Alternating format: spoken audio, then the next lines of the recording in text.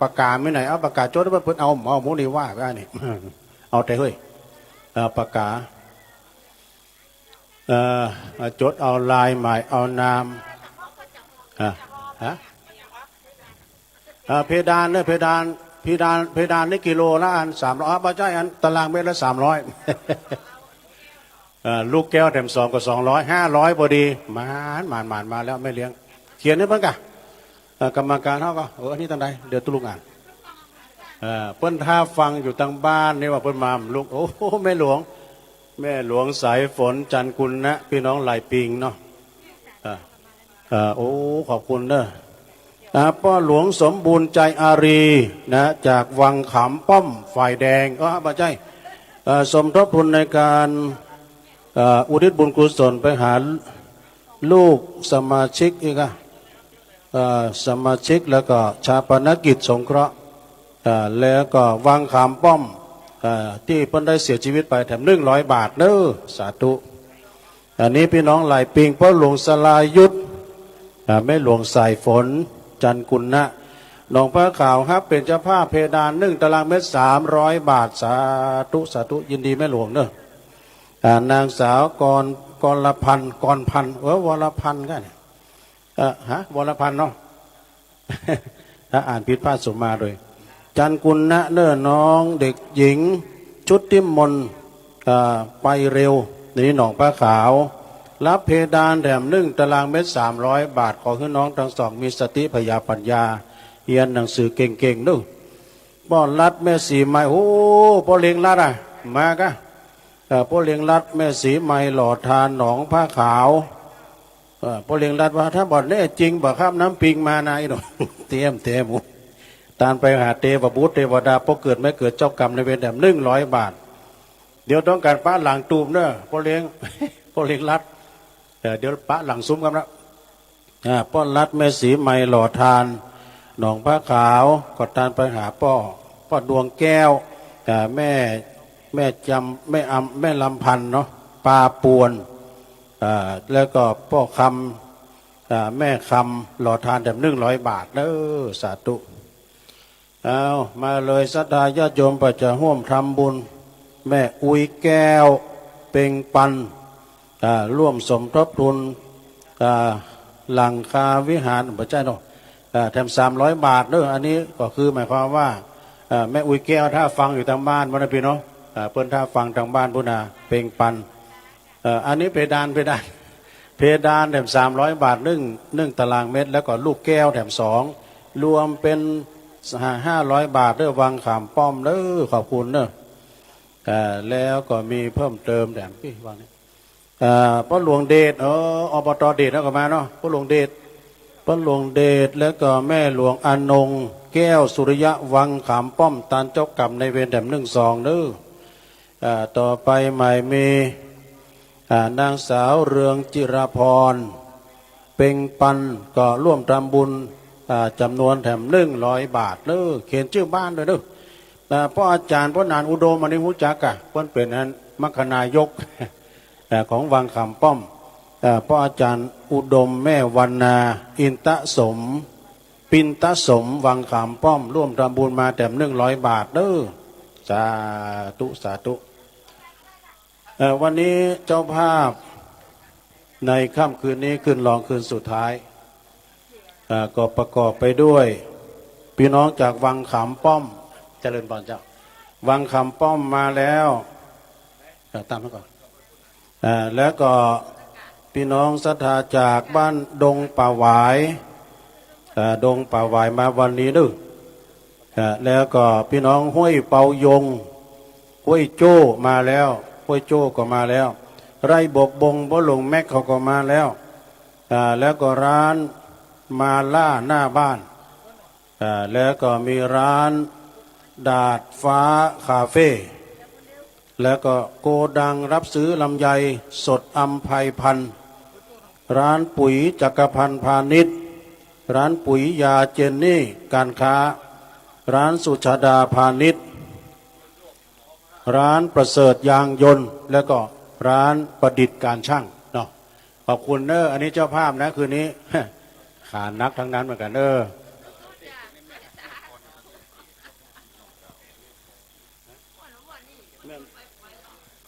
แม่อำพรหล่อทานเนาะเปิ้นเป็นเจ้าภาพการเทศในวันนี้ตัวนะเดี๋ยวเอาใส่เนี่ยเดี๋ยวตุลุงอ่านเนาะแม่อำพรหล่อเนตรหล่อทานสุมาตรแม่อำพรนี้เปิ้นก็ฮับหลายอย่างตัวฮับสั่งโดยก็เอาใส่นี่เลยพี่เปิดไฟท่าตัวดูตุหลงต้องรับผิดชอบนะลูกศิษย์บอกหูเรื่องนี่ไปเปิดไฟท่าก่อนก็มีนะฮะแม่บัวผินใจเมืองกับพี่น้องบางขามป้อมร่วมทำบุญสร้างวิหารด้วยการแบบ100 บาทแล้วก็มีนายสมศักดิ์นางสุวิตราชัยเสนโอ้ไอ้ศักดิ์เขาเนอะพร้อมด้วยครอบครัวเนอะวังขามป้อมแต่ก่อนเพิ่นปั่นรถถีบขึ้นดอยน้อยบุญนะตานเจ้ากรรมในเวรแถม100 บาทวันนี้ก็หมายมีเจ้าของท่านเจ้าของร้านนะท่านเจ้าของร้านประเสริฐยางยนต์นะดงป่าหวายอีก1,000 บาทจ้ะสาธุสาธุอนุโมทนาเนอะแล้วก็มีแม่บัวไหลอินทนนท์วังขามป้อม1 ซองใส่นี่เลยนะโอ้พ่อแก่วัดเขาก็มาแล้วก็มีนางประทุมพรศรีเตชานะปักตางเจริญโอ้ปักตางเจริญก็มาแล้วเด้อแม่ปาวันนาทิพี่น้องบ้านเวียงทองหมู่ที่25ร่วมบริจาคค่าน้ำค่าไฟแถม100 บาทโอ้พ่อแก่นะพ่อแก่ปั่นแก้วพ่อไปแก่วัดด้วยพ่อปั่นแก้วแม่เล่าคำกันทวงศ์วังขามป้อมร่วมทำบุญสร้างวิหารแถม100 บาทยินดีเนอะนายดำรงนางเรือนคำแสนศรีพี่น้องวังขามป้อมตานเจ้ากรรมในเวรตัวแถม100 บาทเนอะสาธุสาธุอนุโมทนาเนอะกับศรัทธาญาติโยมทั้งหลายเอาเขียนลายหมายน้ำนะโยมเนอะใครจะปูชาว่าวไฟเนอะได้ยินว่าแต่คือแล้ว80 บาทหลังจากกู้100ปุ่นมันหม้อน้ำไปตกทำวันนี่ก็เอาไอ้วะแกน100เนาะ99ใครปึกไปเฮ้ยวันนี้ลดมาเป็นพิเศษ80 บาทเนอะปล่อยเคาะปล่อยนามนายวิทูลจันฉายแดนเมืองโอ้พี่น้องแดนไม่ใช่นอนเมืองก็ดอนเมืองก็ตานหาจกกับนะแดนเมืองทัวกะแดนเมืองพี่น้องแดนเมืองนะสีแดนเมืองนะกะขอบคุณขอบคุณหลายๆโอ้บางคำป้อมเนาะนามสกุลเปิ้นแดนเมืองเขาเนี่ยว่าเปิ้นมาจากวัดทางบ้านสีแดนเมืองพี่น้องบางคำป้อมเนี่ยโอ้ยเปิ้นกฐินได้เป็นล้านก็ได้แปลงไปละเตาเมนเรียบร้อยไปเพิ่นมีเจ้าภาพใหญ่ที่อันม่อนฤาษีก็แล้วไปละนะพ่อเทาแม่สายพินที่นี่ก็พี่นันเคเจ๊แมมเนี่ยโอ้ไผ่ได้ตานเมนนี่นะตานที่เปิ้นให้เปิ้นหุยอายุยืนมากับมรณยมเนอะแล้วพอจะตานก็มาแม่นางจันล่าเขียวนางจันทาล่าเขียวร่วมทำบุญตานไปหาแม่ชุมเขียวหน่อเมืองป้ออินเหลายะสุรินในคำล่าเขียวในป้อจูล่าเขียวแม่เอื้อยล่าเขียวพี่น้องหน่อพระข่าวลายปิงนึร่วมทำบุญแถม200 บาทนะพี่น้องเจริญปอนขอบคุณได้ไปจะร่วมทำบุญกินตานกันวันนี้เจ้าภาพใหญ่ขอบคุณแม่อมพรหล่อทานเดนเนอร์ตั้งหลายปิงร่วมรับเป็นเจ้าภาพตอนนี้เจริญพรต้อนรับว่าที่100 ตรีสุรพงศ์กาบวังนายกองค์การบริหารส่วนตำบลดอยหล่อพร้อมกับสมาชิกเพิ่นมากันนักกันหลายสนับสนุนปัจจัยเงินไทยมาแถม25,000นึคืนนี้นะการเทศแปลงเนี่ยท่านอาจารย์วรรณชัย อาจารย์วรรณชัยเป็นองค์แสดงธรรมคืนนี้เนาะได้รับเกียรติจากท่านนายกมาแล้วว่าที่100 ตรีสุรพงศ์กาบวังท่านรองนายกท่านเลขาสมาชิกทุกท่าน เดี๋ยวฮะเอาท่านลองบุญ2 แกนแล้วเนาะท่านลองบุญเมฆโพธิก็ลองพอละลอง2 แกนแล้วเด้อ2 แกนเอาปล่อยเลยถ้าพร้อมแล้วปล่อยเลยอันนี้ทางโครงการท่านนายกจะเอาก็เอาแล้วว้าว80 บาท ขอบคุณเด้อเจิญเจ้าพี่เอาใส่นี่เดี๋ยวตุลุงอ่านเนาะแล้วขอบคุณเด้อวันนี้มากันนักกันหลายเดี๋ยวหม้อเป็นทางการหน้าวิหารพวกเราเนาะคนมีเอาป้ายมาเรียบร้อยเพื่อจะเกณฑ์สั่งอยู่เนาะจดแกน80พ่อหลวงเอาแกน100เดี๋ยวจดก่อนโอ้2 แกนก่อนจดให้เพิ่นก่อนจดชื่อเพิ่นเอาตามเนี่ยท่านโอ้ท่านประธานสภาท่านประธานสภาเนาะเปิ้นก็ดอยหล่อเขานี่นะสภาอบตดอยหล่อเขาร่วมมาแถม1-2ปึ๊กใหญ่เลยเนอะขอบคุณขอบคุณหลายๆจำนี่พี่อันนี้พ่อหลวงเปิ้นหอมแถม2 แกนนะเพราะว่าพ่อหลวงนี่เต็ม100นะเต็ม100อย่างก็คือแกน100 อุทิศเทวดาอันนี้หมายมีนายมงคลนางโสภาปันสิรินะตานไปหาเทวบุตรเทวดาเจ้ากรรมในเวรแถม1-2แล้วก็มีก็แม่มอนปัญญาเนอะตานไปหาแม่อุยแก้วหงคำแถม40 บาทแม่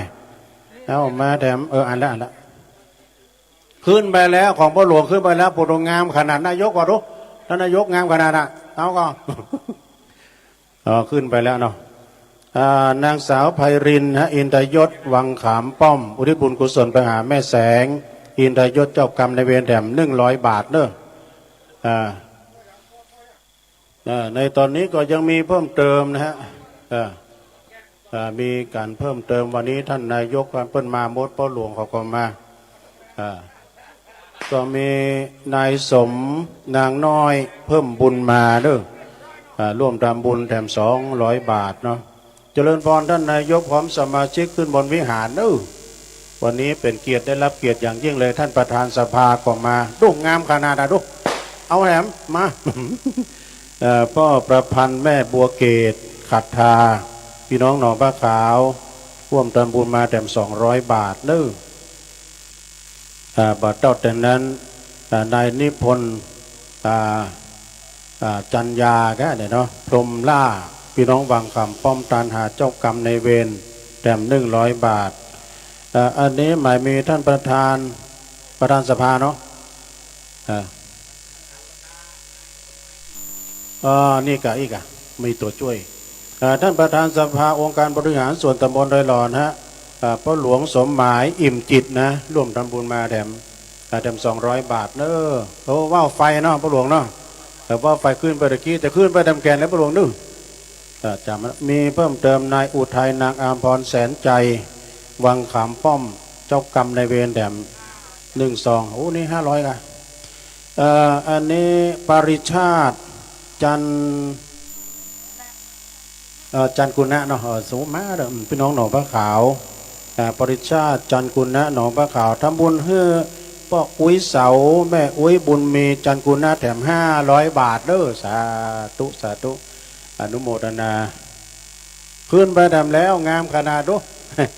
แต่ว่าไฟพ่อน้อยคำมูลแม่อำพันธ์กองขันพี่น้องมาจากบ้านปากตางสามัคคีหมู่ที่9ตำบลดอยหล่อร่วมทำบุญจำนวนแถม100 บาทเนอะแล้วบัดเต้าแต่นั้นหมายมีแม่พันวิชาแม่พันวิชานะเนาะอุดวงหนองพระขาวร่วมทำบุญมาแถม100 บาทเนอะสาธุอนุโมทนาเนอะศรัทธาจะร่วมทำบุญ2 มื้อเนอะกรรมการบอกเพิ่นกะกรรมการเพิ่นจะเอาอย่างถามเพิ่นถามเพิ่นกะก็เอาว่าวกะอีกะอันตานเมนพระเจ้าตานเมนก็เท่าใดก็ได้เนอะตามจิตนะเอาซองให้เพิ่นเพิ่นวันผู้จัดตานแล้วนะตานเมน นายใจนางจำปีใจยองถวายทานไว้ภายภาคหน้าหนองพระขาวเน้อแถม100 บาทก็ต้องขออนุโมทนาเน้อพี่น้องหลายปิงมากันมากพวงหลวงหลายเปิ้นแต่ว่าไปก็มาเอามือเอาซองเปิ้นเอาซองเป่าของเปิ้นเอาเลยพี่เขียนเลยเอาเขียนเลยถ้าเขียนได้เขียนเลยเนาะถ้าเขียนแล้วเอามาพี่ส่งมาให้ตู้อันนี้มีกลุ่มแม่บ้านโดยหล่อหมู่6ร่วมทำบุญมาแถม1 ซองเด้อซองมันมีในเด้อซองมีในมีในซองมีเท่าใดอันนี้ภาษาขมูเขาคือว่าเป็นภาษาเกาหลีว่ะเกาหลีมีก็ซอง1,100 บาทเขียนนะครับผมต้องเป็นทุกลุงเขียนเลยแหละ1,200 บาทเนาะขอบคุณเด้อได้ร่วมทำบุญทำกุศลด้วยกันวันพรุ่งนี้เพิ่นจัดการเมนไปจัดการเมนร่วมกันก็จดชื่อจดเสียงมาได้เลยเนอะกลุ่มแม่บ้านดอยหล่อหมู่6ร่วมทำบุญมา 1,100 บาทเด้อสาธุสาธุอนุโมทนาเอาว่าวไฟมีอยู่เนอะโยมเนอะพี่นานลองวันนี้หายไปไหน พี่นานลองมาบริการป่ะกันเพิ่นจะปูชาว่าวไฟจดเอาลายหมายเอานามจดชื่อเสียงเรียงนามเนาะวันนี้เป็นวันรองวันสุดท้ายญาติโยมทั้งหลายร่วมทำบุญเดี๋ยวทุลุงอ่านก่อนเนาะตานไปหน้าเนาะเขียนแล้วเนาะเขียนแล้วเหรอเพิ่งเขียนแล้วเหรอเมป้อสีเจน3โอ้เนี่ยสุมาอุทิศเนาะอันนี้เสรีเนาะเสรีสมพิษอุทิศบุญกุศลทานไปหน้า100 บาททานไปหาพ่อสีเจน360 บาทเนาะเนี่ยเอาเขียนตั้งรุ่มกับคนที่เพิ่นตายไปแล้วดื่มที่อ่านคนตายตาหรือคนเป็นขอบคุณนะอยู่บ้านใดครับพี่อยู่บ้านไหนดอยหล่อเนี่ยเนาะนายสุนทรสุนีอินตปันพี่น้องร่วมทำบุญแถม40 บาทดอยหล่อก็มีห้วยโจก็มาแล้วพี่น้องห้วยโจวังขอมป้อมหลายปิงนะจังตำบลนั้นดีกว่าหนองพระขาวมีนายสุรพลนางสายสมรอุ่นจันทิพย์เนี่ยพี่น้องบ้านเวียงทองหมู่ที่25สมทบทุนสร้างเมนแถม100 บาทเนอะบัดเต้าแต่นั้นหมายมีนายจุลพงศ์นางสาวสุมาลีก็เนี่ยนนท์พุกินนาเนาะสุนาลีนะชมพูกลางอันนี้ก็ร่วมทำบุญถวายทานเนาะไปหน้าถวายเมนนะเนาะแม่นครับ100 บาทถ้าตุลุงอ่านพิษกว่าสุมาเด้อนั่งตามเก้าอี้นะลงเนอะเปิ้นจัดให้นั่งนะนั่งตามสบายมีนายนบนางวัดนางวอนนายนบนางวอนหลวงคณะพี่น้องบ้านหนองไห่ด้วยพี่น้องลายพุ่นนะลายไฟแดงพุ่นนะอันนี้เกียรติจอมตองแล้ว ร่วมทำบุญสมทบทุนสร้างเมนแถม100 บาทเนอะสาธุสาธุในวันละทิฏฐิขึ้นปีใหม่นี้ก็ขอให้ทุกคนทุกท่านอยู่ดีมีสุขเนอะปราศจากทุกโศกโรคภัยก็เจ็บไปมาไกลก็ใครจะไปมากายปราศจากโรคภัยไข้เจ็บต่างๆขอให้มีสุขภาพพรรณนามัยสมบูรณ์แข็งแรงกินข้าวลำกินน้ำลงเนอะเป็นที่เฮียเล็กมาแล้วเนาะเจริญพรเนอะเฮียเล็กเนอะตัวนี้เจ้าภาพใหญ่นะเนี่ยสร้างวิหารจนแล้วเสร็จแล้วก็ขึ้นไปบนดอยขุนแปะอีกนะจะสร้างพระธาตุให้เสร็จเรียบร้อยแม่เพนจันทร์ชัยเดชพี่น้องหนองพระขาวมาหลายแท้ร่วมทำบุญทานไปหาพ่ออุ้ยลุนกันทะเนอะแล้วก็นายบุญธรรมชัยเดชพร้อมญาติจำนวนถึง300 บาทเนอะ1 ตารางเมตรขอบคุณเนอะโดยเตจาบุญกุศลที่บรรดาพ่อแม่พี่น้องศรัทธาญาติโยมเฮาได้ร่วมทำบุญได้กินได้ทานในวันนี้ก็ขออำนวยอวยใจให้ท่านทั้งหลายจงได้หายพ้นเสียจากยังป่าประเคาะภัยตัวร้ายทั้งหลายเคาะปีเคาะเดือนเคาะวันเคาะยามก็เมื่อรับเมื่อตื่นเมื่อยืนเมื่อเตียวเมื่อเกี้ยวเมื่อกินเคาะตั้งหน้าตั้งหลัง ก็เมื่อคืนบ่หันก็เมื่อวันบ่หูก็อู้ก็จ๋าก็นานาต่างๆข้อ13นาม15สัพพทุกโศกโรคภัยสัพพะเสนียดจังไรต่างหลายคือมันหอมมันหายไปเนาะตกไปตามเส้นไหมไหลไปตามเส้นไฟและนำมาเสียยังจกปีจกเดือนจกวันจกยามอายุปีอายุเดือนอายุวันอายุยามอยู่ก็ให้มีใจไปก็ให้มีโชคมีลาภเน้อผ่าแพ้ข้าศึกศัตรูเจริญไปด้วยอายุวันนะสุขภละนั้นจุงจักมีด้วยเทินแม่เพนจันชัยเดชเน้อสมทบทุนในการสร้างเมลุเมนเนาะถึง100 บาทเจริญปอนเด้อขอบคุณเน้อญาติโยมที่เหือสำเปานี่ก็เป็นครัวตานไส้ตันแตนนั่นแม่เด้อเขาอาจจะเข้าวัดเข้าว่าประมาทพังเพอลงลืมเนาะเกี่ยวกับของวัดของวาสลาเนี่ยเพิ่นไปเยการวัดสาเหตุบอกผมอย่างเจ็บอดแอดไปดูมดดูหมอพ่อเจ้าเพิ่นก็บอกว่าถูเอาของวัดมาเอาอย่างมามันได้ก็บอกสูเขาเอาของวัดมามันเป็นสลาเนาะประจุพอกระเป๋าที่อันเปิ้นใส่เล็กโกนติดมาเล่มเดียวยังได้สันไส้ตันแตนน้อยแม่เนาะตันไส้ตันแตนนะจำละนี่สงเขาวัดเขาว่าไปเก็บผักไปหักหน่อยนะตามธรรมดาของวัดแตก1เปิ้นไส้2กันลงเพราะฉะนั้นตุ๊เจ้าก็เหมือนกันนะวันนั้นตุ๊เจ้าเพิ่นก็จะตันไส้ตันแตนนั่นลงเนอะเพิ่นจะทำบุญพระป่าคณะสงฆ์กำลังตั้งไว้นี่อยู่ดอกจัดการในวันสุดท้ายจะฮับกาแฟก็เจอนะโยมเนอะแปลงเอาคนเดียวนะมันนักจางมันนักเกมมันก็ใส่คนเดียวผสมคนเดียวหม้อคุณเลิศน้ำฮ้อนเนอะมีห้าเนาะโอ้พี่น้องหลายปิงปวดบันแน่จริงปะครับน้ำปิงมากันมากพวงหลวงหลายดังท่านพระครูสถิตสารคุณท่านเจ้าคณะตำบลเปิ้นมาจำวัดเปิ้นมาเข้ากรรมนี่ตุลุงมาสังเกตถ้าเปิ้นนั่งสวดมนต์นะเปิ้นบปีนเลยนะบปีนฝ่ายนั้นนั่งอย่างใดท่านใดท่านนั้นตุลุงเนี่ยพอเลย5 นาทีก็เปลี่ยนเตื้อนึง10 นาทีก็ปีนเตื้อเนี่ยท่านพระครูเปิ้นนิ่งจริงๆอันนี้พระกรรมฐานเปิ้นไปอบรมเนาะไปเข้าวิปัสสนาจารย์ที่วัดพระธาตุเจ้าสรีจอมทองนะอันนี้สมที่เปิ้นได้เป็นเจ้าคณะตำบลก็จะมีงานเด้อวันที่3 ถึง 8งานเข้ากรรมที่วัดดงนิมิตน้ำดิบน้อยอันนี้เปิ้นมาเอามืออยู่นะท่านเจ้าคณะผู้ปกครองแต่ก็มีเปิ้นโทรมาขอบคุณเนอะคุณพี่ยุพินหอมมาลาหรือว่าพี่น้อยหอมมาลานี่เปิ้นอยู่ปุ้นแม่หยวกปุ้นร่วมทำบุญเป็นเจ้าภาพว่าวไฟช่วงชัชวาลเดี๋ยวจะปล่อยแล้วนึกนะเปิ้นฟังอยู่ทางบ้านพุ่นนะโยมยุพินหอมมาลาพี่น้อยเปิ้น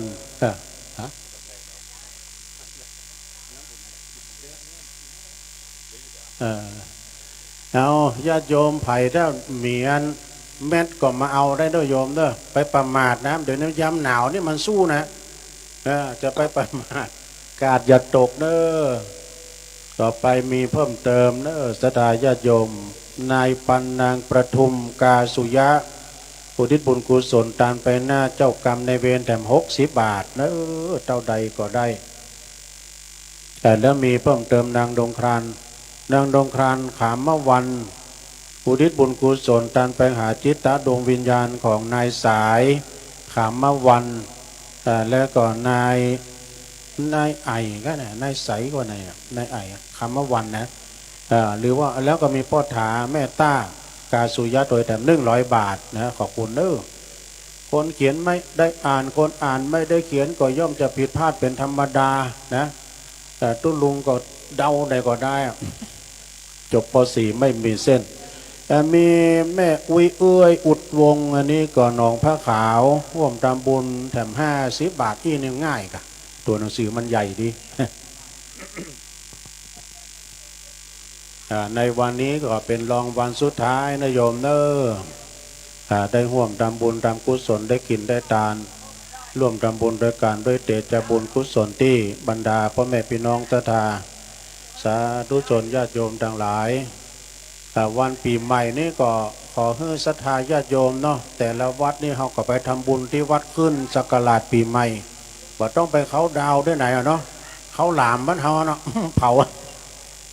เขาหลามบ้านเนาะบางคนเนี่ยเดือนนี้เขามาปอดต่ำน้ำตาหนตางนะตะกี้มากูช่วยโตไปฮับตุลุงมาเนี่ยตะกี้นะปู้ตรถติดอ่ะพอป้ายเนี่ยกรุงเทพชลบุรีภูเก็ตระยองดูก็จะขึ้นดอยอินทนนท์หน่อยไหมจะไปตั้งแคมป์ตั้งค่ายกันนอนบนบนอ่ะยี่ดูเขาก็อยู่กับบ้านกับจองเขาเนี่ยเนาะแล้วก็เขาก็ไปทำบุญกันที่วัดส่งท้ายปีเก่าต้อนรับขวัญวันปีใหม่ในวาระทิฏฐิปีใหม่ปีนี้ก็ขอให้ญาติโยมทั้งหลายได้อยู่เย็นเป็นสุขในวันพรุ่งนี้ก็จัดตานเมนนะโยมเด้อจัดตานเมนโอ้ปีนี้นี่เมนนัก ได้ร่วมทำบุญตานโดยกันเนาะแล้วเมื่อคืนอย่างนี้นะโยมเนอะนาทีธาตุพระธาตุชเวดากองจำลองพูดนะให้อาจเพื่อจะเอาไฟสปอตไลท์มาส่องอยู่เพื่อจะสวดมนต์ได้แม่เนอะพวกนาคนเต็มนั่นนะเพื่อจะสวดมนต์ที่รอบพระธาตุเจดีย์ชเวดากองและเพื่อจะสมโพธินะเสกซ่อมยอมยศโดยเศรษฐีใจบุญนายทุนใจดีคุณแม่จันฟองคุณเชิดพงษ์กิ่วแก้วเปิ้นเป็นเจ้าภาพใหญ่สร้างจนปริปุนังเสร็จสับเรียบร้อยวันแถมบูธวันพุกนี้เปิ้นจะตานแล้วเด้อสถานเด้อเปิ้นจะร่วมทำบุญถวายทานมากินมาทานด้วยกันพี่น้องอยู่ใกล้อยู่ไกลมาได้มาก็ฟังเอาขึ้นวิทยุขึ้นสีขาวเปิ้นถ่ายทอดเสียงให้ฟังเนาะสถานเนาะศรัทธาญาติโยมวันนี้เจ้าภาพมากันแล้วหลายอยู่ยังแถมยังมาบ่เสี่ยงเตนนี่วังคำป้อมบรรลุมากันจัดหลายเนอในเมตตาธรรมอาจารย์พระครูท่านพระอธิการพงศกรกัลยาณธรรมโมแล้วก็ตังพ่อหลวงก็โดยพ่อจานโดยดงป่าหวายพ่อหลวงวรศักดิ์บุญที่ฟองที่แรกจะมาแต่ว่ามาวันนี้แล้วเด้อมาวันนี้นะพระหลวงบุญศิลป์ห้วยเปายงมาแล้วห้วยโจ้นี่ก็พระหลวงสวยพระหลวงสวยเขาเด้อพระหลวงสวยหมู่ห้าอันนี้ห้วยโจ้หมู่ห้าเนาะพระหลวงการุณอินใจคำและก็ไร่บวกบงพระหลวงแม็กเนาะพระหลวงแม็กพระหลวงแอดนั่นนะพระหลวงมากั้งบัดนั้นพระหลวงแม็กว่ะพระหลวงแม็กนี่พระหลวงเราประกอยมั้งเนาะอันนี้พระหลวงแอดเนอโต้เขากำปีนั้นม่วนได้พระหลวงแอดเนี่ยที่ป่าเหี้ยวไล่บวกบงแล้วก็ร้านมาล่าหน้าบ้านเนี่ยที่เปิ้นมาเป็นเจ้าภาพนะแล้วก็ร้านดาดฟ้าคาเฟ่แล้วก็โกดังรับซื้อลำไยสดอัมไพพันธ์ร้านปุ๋ยจักรพันธ์พาณิชย์อันนี้ก็ร้านปุ๋ยยาจักรพันธ์พาณิชย์ร้านปุ๋ยยาเจนนี่การค้าร้านสุชาดาพาณิชย์ร้านประเสริฐยางยนต์แล้วก็ร้านประดิษฐ์การช่างดูพระอุเจ้าภาพใหญ่ๆทั้งนั้นเด้อสถานเด้อได้ฟังเทศฟังธรรมนะได้ฟังน้ำฟังธรรมกันวันนี้ได้รับเกียรติจากท่านนายกว่าที่ร้อยตรีสุรพงษ์กาบวังนายกองค์การบริหารส่วนตำบลไรหล่อพร้อมกับรองนายกท่านเลขาท่านประธานสภาสมาชิกทุกท่านมากันหลวงหลายเนาะได้เป็นเจ้าภาพและก็สนับสนุนก็ประมาณมาแถม25,000 บาทเนอะแล้วก็มาตานย่อยแถมเนี่ยมาตานย่อยแถมและพร้อมกันนั้นก็ชมรมกำนันผู้ใหญ่บ้านมาเนี่ยเนาะชมรมเนาะ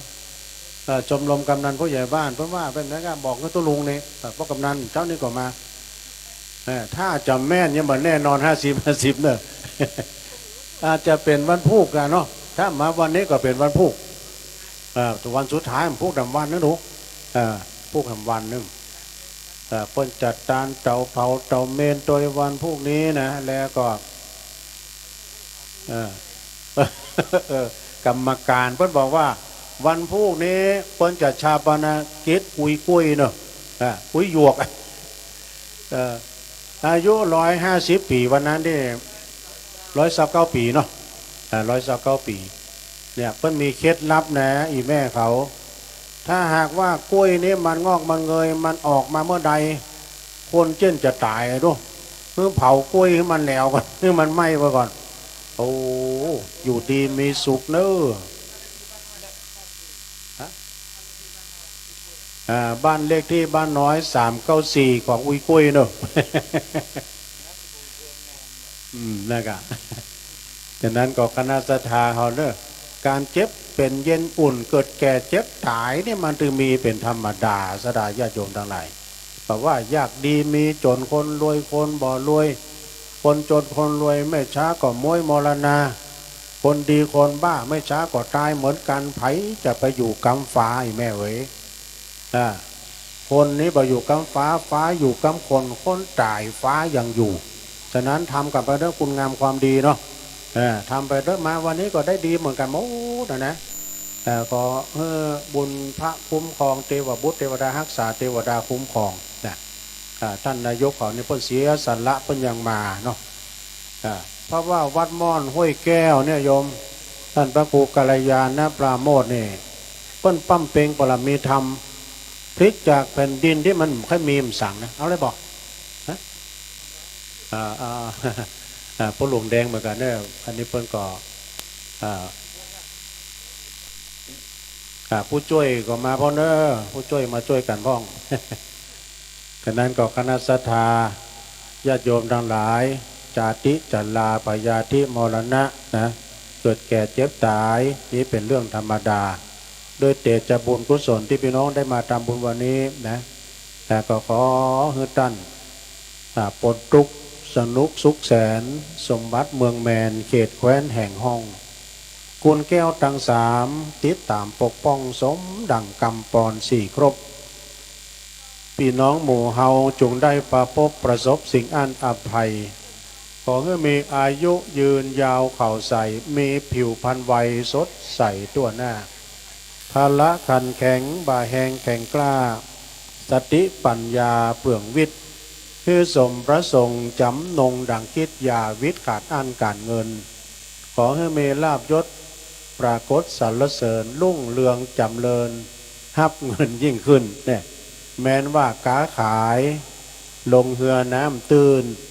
ก็ขอเพื่อได้เงินหมื่นอันล้านปั่นเนี่ยที่ปั่นมาหาปั่นได้เนอะไปตันใดก็ตามไปตังเหนือก็มีคนกราบคนไหว้อันไปตังใต้ก็มีคนนับหน้าตื่นตาแม้นว่าเคาะตังวันตกก็อย่าได้มาเจอเคาะตังเหนืออย่าได้มาใกล้เคาะตังใต้อย่าได้มาปอกเคาะวันออกก็ขอให้มันแก้วมันกาดให้มันหอมมันหายไปตกไปตามเส้นไหมไหล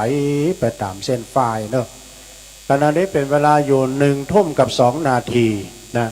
ตังบนนั้นในเมตตาบารมีธรรมอาจารย์พระครูอภิวัฒนวิกรม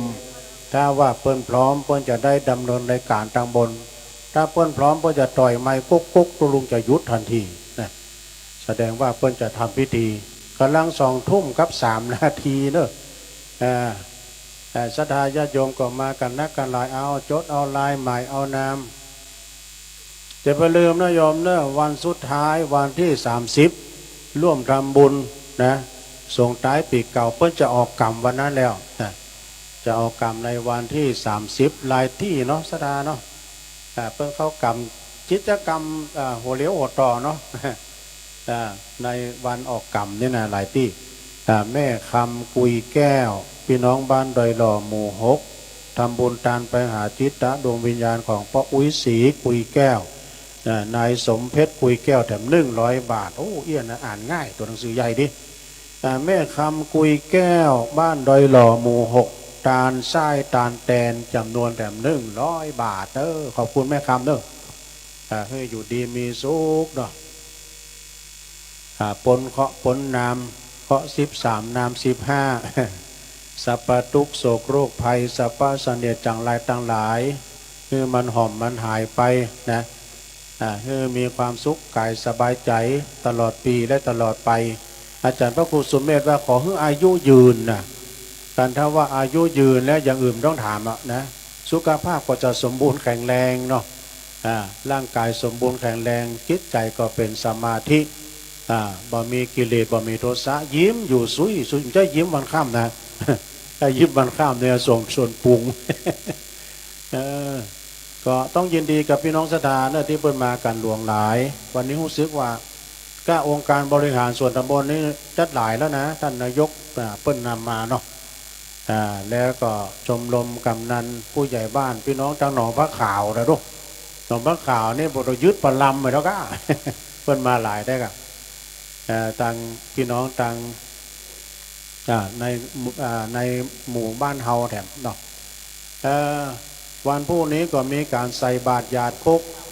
ถ้าว่าเพิ่นมีการมีงานมึงไปก็ซะเข้ากรรมมาพวกก่อนนะว่าก็เลยหมดโอกาสจนเพิ่นออกกรรมเนี่ยก่อนหมดโอกาสท่านพระครูครับผมถ้าพร้อมนิมนต์นะครับข้างบนนั้นเพิ่นก็ต่อยไม้แล้วไอ้แม่เขาจะขึ้นตำบลก็ได้นั่งเก้าอี้ก็ได้นะตำบลครับผมตอนนี้ขอยกย้ายไม้ขึ้นสู่ทางภายในแล้วก็จะได้ดำเนินรายการตำบลต่อไปขอเจริญพรขอถวายความเคารพครูบาอาจารย์พระเจ้าพระสงฆ์พระมหาเถระพระเถรานุเถระทุกรูปเจริญพรศรัทธาญาติโยมท่านสาธุชนทุกคนทุกท่านณโอกาสเวลานี้เป็นเวลาที่เฮาท่านทั้งหลายจะได้ฟังพระธรรมเทศนาในค่ำคืนของวันที่28ธันวาคมพุทธศักราช2565เนื่องในงานเข้าลุกขมูลกรรมวัดม่อนห้วยแก้วก็ขอเชิญศรัทธาญาติโยมที่อยู่ทางนอกที่อยู่บริเวณใกล้วิหารเจริญพรทุกท่านได้เข้าสู่วิหารเพื่อที่ว่าจะได้ฟังพระธรรมเทศนาสำหรับค่ำคืนนี้ได้รับเกียรติจากผู้บริหารพนักงานเจ้าหน้าที่องค์การบริหารส่วนตำบลดอยลอโดยท่านนายกองค์การบริหารส่วนตำบลดอยลอว่าที่ร้อยตรีสุรพงศ์กาบวังพร้อมกับผู้ใหญ่บ้านหลายหมู่บ้านด้วยกันตึงลอยลอแล้วก็อำเภอป่าซางบัดนี้ได้เวลาที่จะได้ประกอบพิธีแล้วก็องค์เทศก็มาถึงเรียบร้อยแล้วสำหรับค่ำคืนนี้ญาติโยมทั้งหลายจะได้ฟังพระธรรมเทศนาเทศนาธรรมโดยท่านพระอาจารย์วรรณชัยชยานันโทวัดพุทธสีคิรีตำบลบ้านแปะอำเภอจอมทองจังหวัดเชียงใหม่ขอเจริญพรเชิญว่าที่ร้อยตรีสุรพงศ์กาบวังนายกองค์การบริหารส่วนตำบลดอยลอได้จุดธูปเทียนบูชาพระรัตนตรัยเชิญทุกท่านตั้งใจประนมมือเตรียมตัวที่จะได้ไหว้พระและสมทานศีลฟังพระธรรมเทศนาต่อไป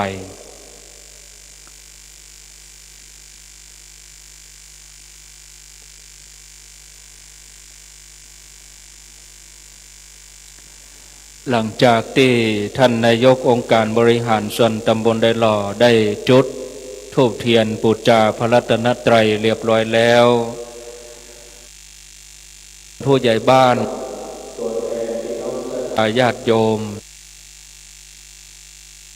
ได้จุดเทียนสัตพันธ์จำนวน7 เล่ม 7 ท่านดังต่อไปนี้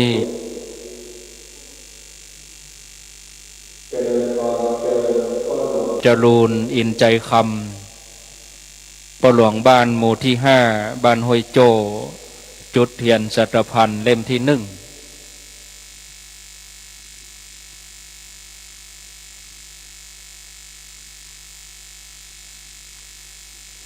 ปหลวงวีรพงศ์อินตปานปหลวงบ้านหมู่ที่7บ้านวังขำป้อม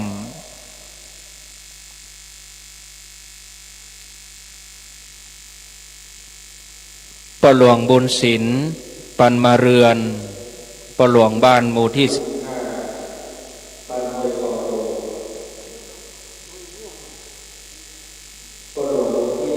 ก ใจเก้าบ้านปากดังสามัคคี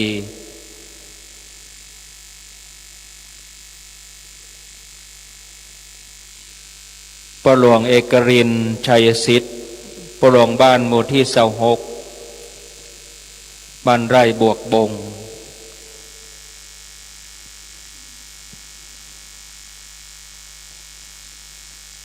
เจริญพรเจิญนายนิรันดร์จันชัย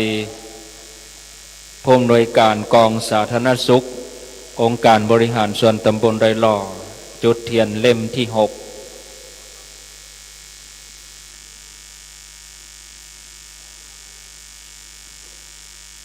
เจริญพรเจิญคุณอนุพงษ์แท้ตั้งร้านต้นสนขอเจริญพรคุณ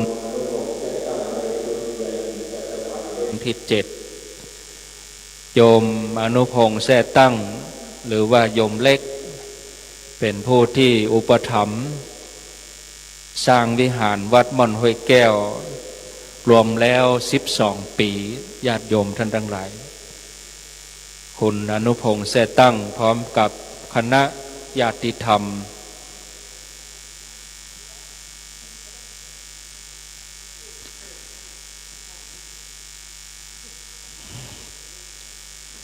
เจริญพรเจิญคุณสมหมาย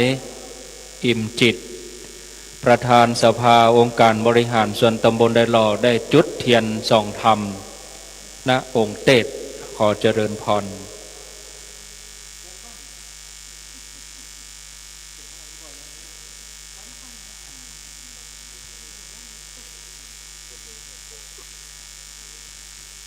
เจริญพรท่านรองบุญมีเมฆโพได้ประเคนขันศีลที่องค์เตศท่านพระอาจารย์วรรณชัยชยานันโทเจริญพร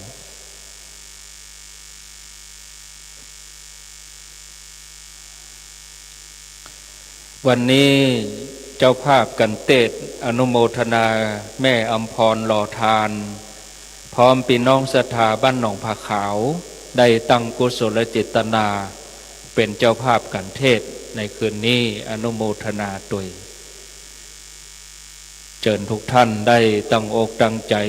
ไหว้พระและสมทานศีลพร้อมกันครับต่อไปกราบพร้อมกัน3 ครั้งผมกราบ1กราบ2กราบ3อิมินาสกาเลนะทางอาภิปุญชยามาอิมินาสกาเลนะธัมมังอาภิปุญชยามาอิมินาสกาเลนะสังฆังอาภิปุญชยามาอะระหังสัมมาสัมพุทโธภะคะวาพุทธังภะคะวันตังอาภิวาเทมิกะสวากขาโตภะคะวะตาธัมโมธัมมังนามัสสามิสุปฏิปันโนภะคะวะโตสา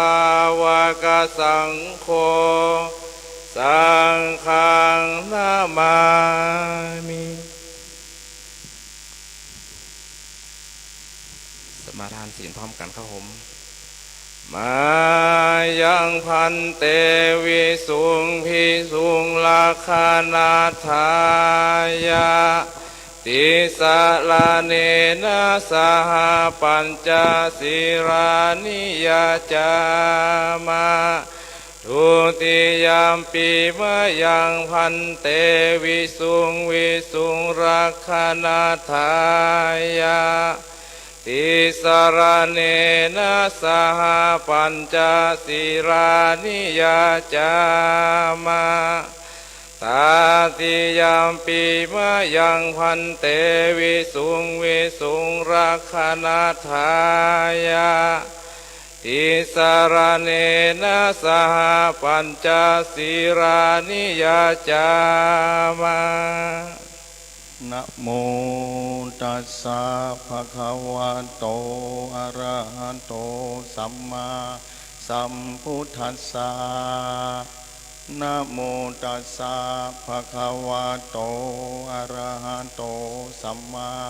สัมพุทธัสสะนะโมตัสสะภะคะวะโตอะระหะโตสัมมาสัมพุทธัสสะ นะโมตัสสะภะคะวะโตอะระหะโตสัมมาสัมพุทธัสสะนะโมตัสสะวะโตอะระหะโตสัมมาสัมพุทธัสสะนะโมตัสสะภะคะวะโตอะระหะโตสัมมาสัมพุทธัสสะ พุทธังสรณังคัจฉามิ พุทธังสรณังคัจฉามิ ธัมมังสรณังคัจฉามิ ธัมมังสรณังคัจฉามิ สังฆังสรณังคัจฉามิ สังฆังสรณังคัจฉามิ ทุติยัมปิพุทธังสรณังคัจฉามิ อุติยัมปิพุทธังสรณังคัจฉามิ ทุติยัมปิธัมมังสรณังคัจฉามิ อุติยัมปิธัมมังสรณังคัจฉามิ ทุติยัมปิสังฆังสรณังคัจฉามิ อุติยัมปิสังฆังสรณังคัจฉามิ ตาติยัมปิพุทธังสรณังคัจฉามิ ตาติยัมปิพุทธังสรณังคัจฉามิ ตาติยัมปิธัมมังสรณังคัจฉามิ ตาติยัมปิธัมมังสรณังคัจฉามิ ตาติยัมปิสังฆังสรณังคัจฉา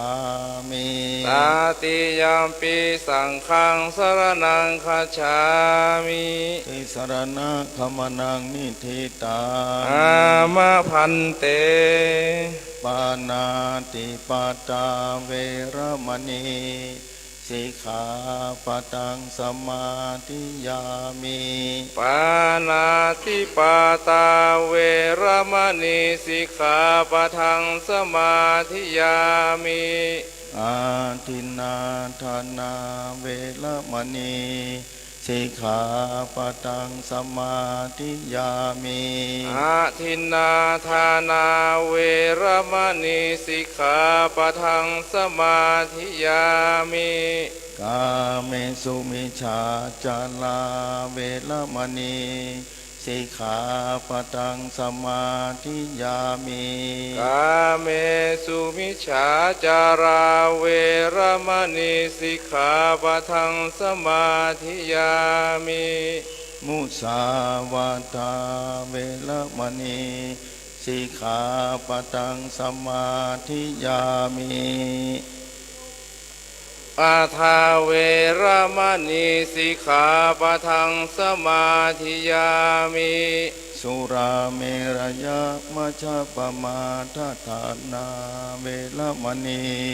สิกขาปะตังสมาธิยามิ สุราเมรยมัชฌะปมาทัฏฐานาเวรมณีสิกขาปะทังสมาธิยามิ อิมานิปัญจสิกขาปตานิสีเลนะสุขติยันติสีเลนะโภคสัมปทาสีเลนะนิพุติยันติตัสมาสิลังวิโสทะเย สาธุสาธุสาธุ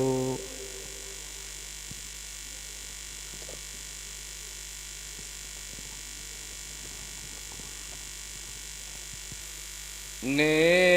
พพ พระนางนะกรังธรรมังเยนะคัจเชยังบันทิโตตังโนมะคังอุรสิตุงธรรมมุตตะมังอนุกัมปิมังปะชังอาราธนังกโร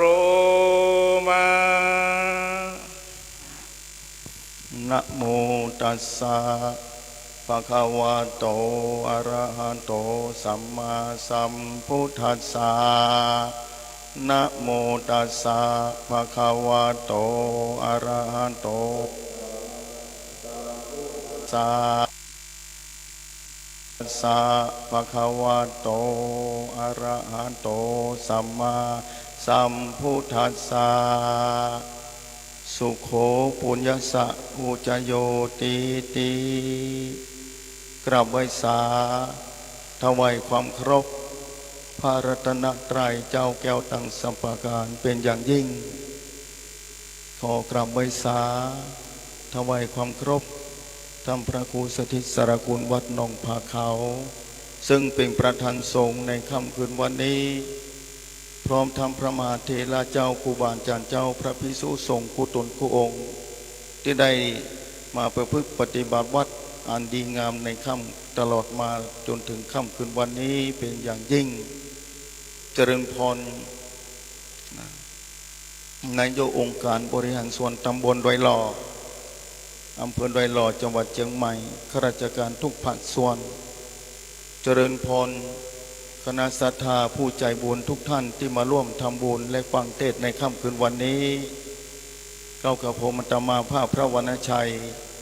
ชยานันโทวัดพุทธศิคิรีตำบลบ้านแปะอำเภอจอมทองจังหวัดเชียงใหม่ได้รับอารัธนานิมนต์จากท่านพระครูกัลยาณประโมทวัดม่วนห้วยแก้วที่นี่ว่าค่ำคืนวันนี้เป็นคืนที่28ขอท่านได้มาแสดงธรรมนะเพราะฉะนั้นบัดนี้จะได้แสดงธรรมีกถาที่ยกเครื่องเบื้องต้นในค่ำคืนวันนี้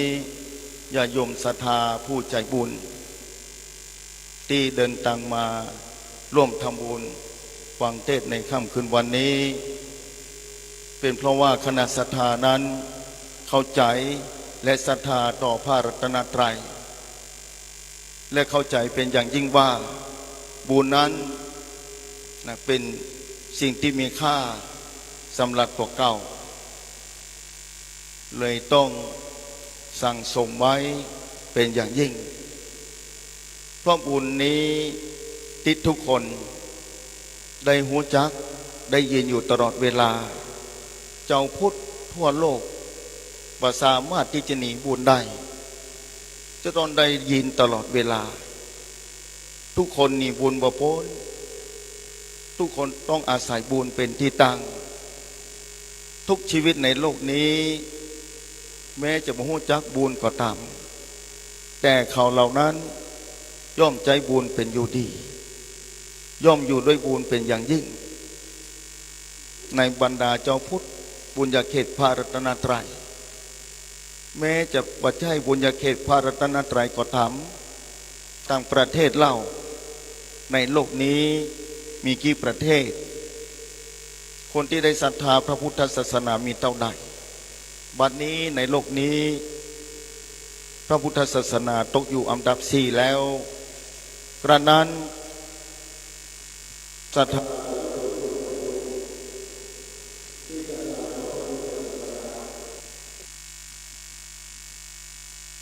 ที่จะสร้างความดี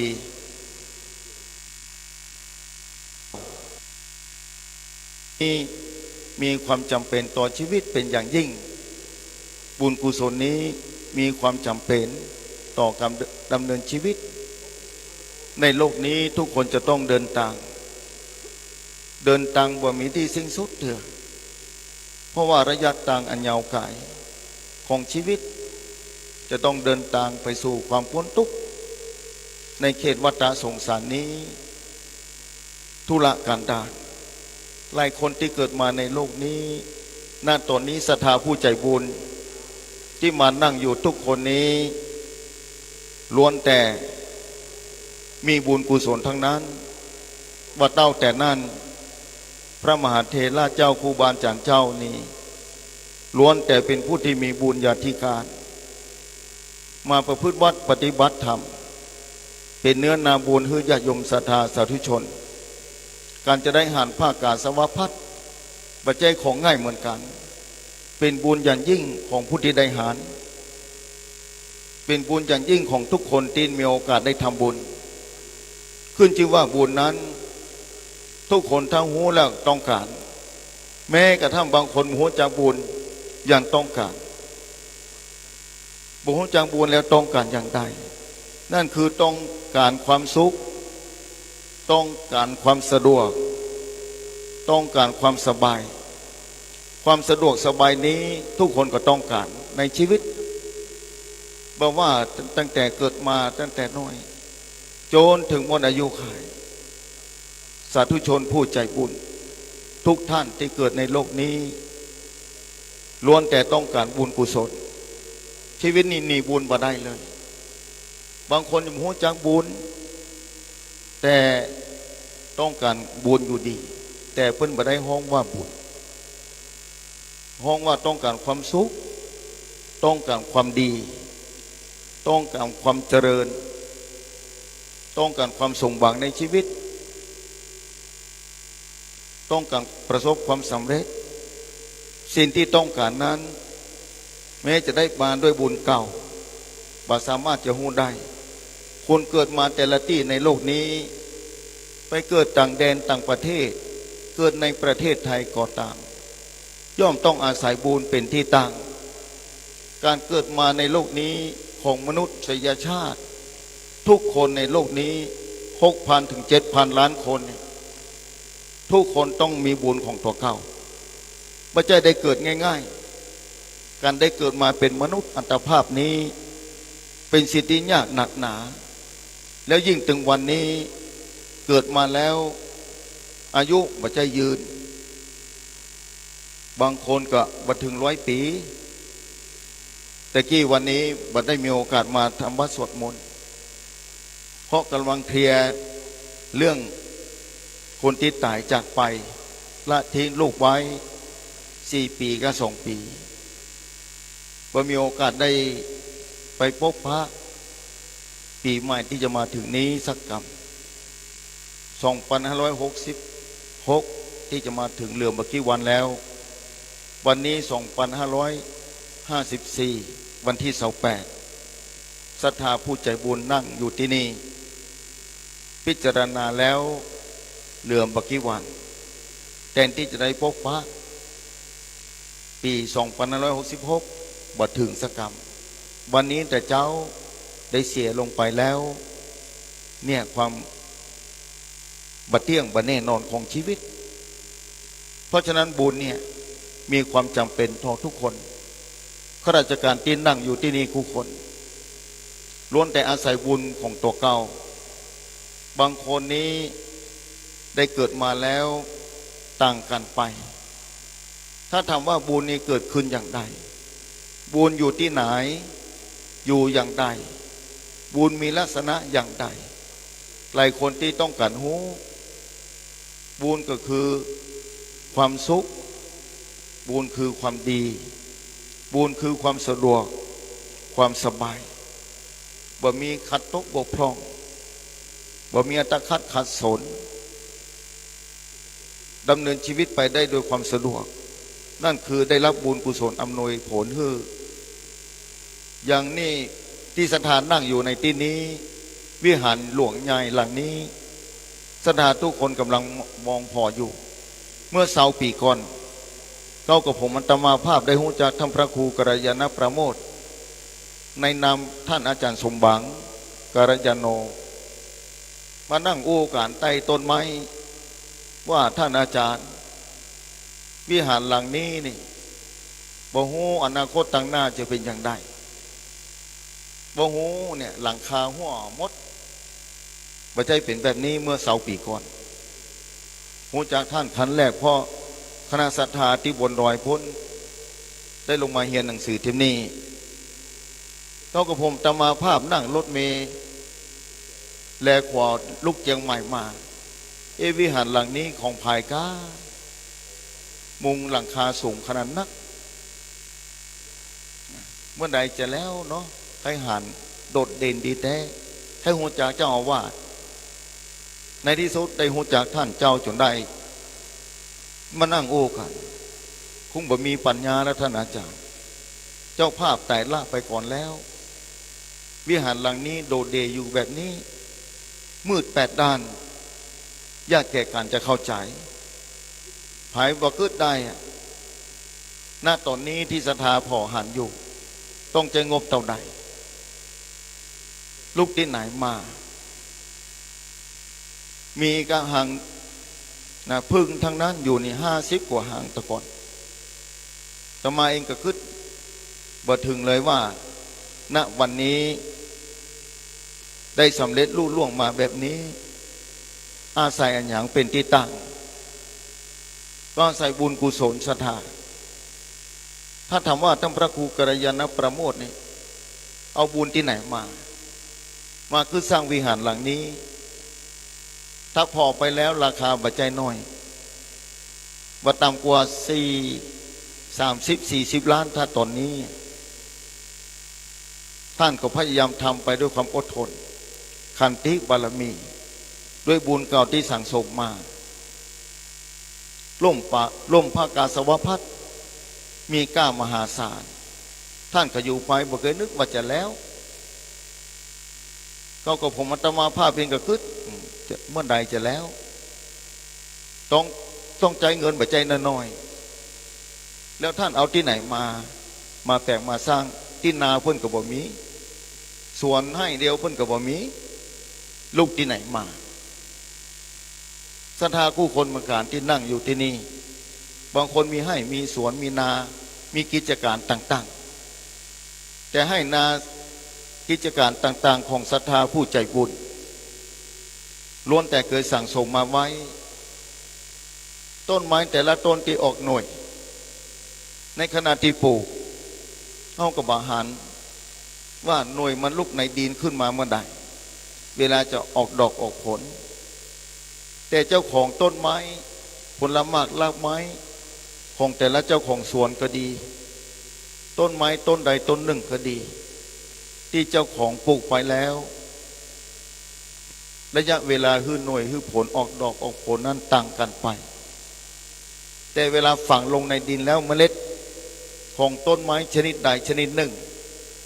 ที่ปลูกลงไปในดินนั้นศรัทธาสาธุชนผู้ใจบุญบางคนอาจจะล้อควายอยู่นั้นแล้วว่าหน่วยไม้ต้นนี้จะฮื้อผลเมื่อใด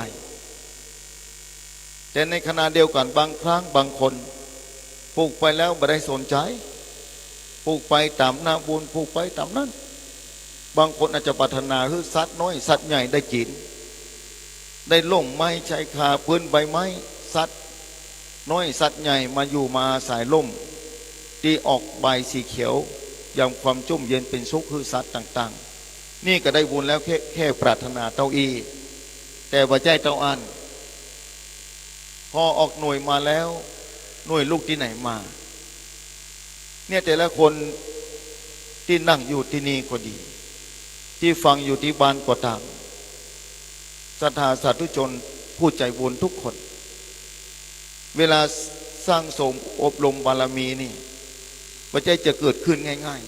ๆยันท่านพระครูกัลยาณประโมทนี่มาอยู่นี่กี่ปีเกือบจะ30 ปีแล้วค่ะมาอยู่ที่นี่20 กว่าปีวิหารหลังนี้สำเร็จขึ้นมาได้ท่านเอาเงินที่ไหนมาอย่างที่บอกไปตะกี้ว่าท่านเจ้าไม่ได้มีให้มีนามีสวนท่านก็ก้ำเป้งไว้พระสวดมนต์ภาวนาไปบางครั้งลงมาถึงลืมไปวันนี้วันพระจะมาหาท่านเจ้าเพิ่นกำลังนั่งไว้พระสวดมนต์ภาวนาก็จะโยมนุ่งขาวห่มขาวเป็นแถวแล้วขึ้นปันไดแล้วพอกำลังเดินจงกรมอยู่เนี่ยเป็นที่น่าอนุโมทนาแรงบุญกุศลนี้อันนี้เพิ่นว่าใส่ปุ๋ยนะไดหญ้าต้นไม้ไรพบไรชาติเราก็บอกว่าเพิ่นปลูกที่ไหนมาศรัทธาผู้ใจบุญกู้คนที่นั่งอยู่มาค่ำคืนวันนี้ก็เหมือนกันอัตภาพนี้บ่ใจธรรมดา ตะกี้ตะเจ้าเนี่ยศรัทธาของอาตมาเองเนี่ย35 ปีแต่ละลูกเต้า4 ขวบกับ2 ขวบทิ้งไว้อยู่เบื้องหลังชีวิตต้องจากโลกนี้ไปโดยบ่มีวันพลิกมาลูกเองกับบ่ฮู้อีโนอีแน่ห้องอยู่หันแล้วเพราะฉะนั้นตะกี้บ่ได้มานั่งไว้พระสวดมนต์เลยเคลียร์พื้นที่ที่เพิ่นจะเดินเอาหลังพลิกมาสู่ที่จังหวัดเชียงใหม่ไปตายอยู่ต่างแดนพูนตอนที่อยู่ขุนแปะ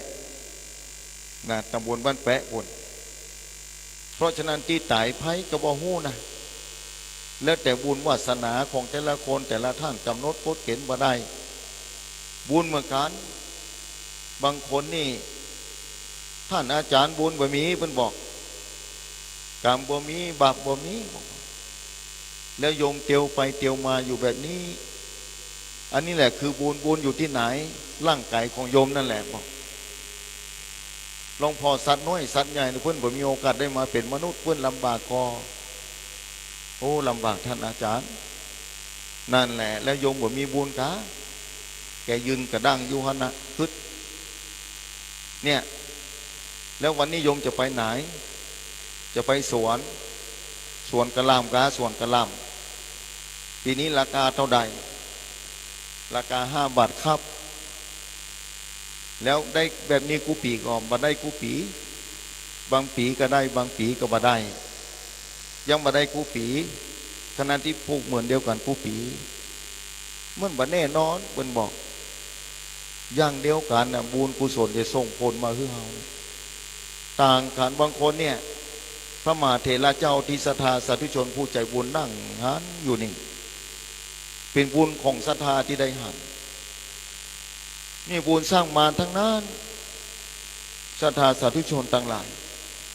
บุญที่เคยสั่งสมมาบอกว่าจะเป็นเจ้าใหญ่ในโตเป็นราชามหากษัตริย์นะเป็นข้าราชการตั้งแต่น้อยไปจนถึงใหญ่เจ้าบ้านเจ้าจองยาโจกวันนี้พก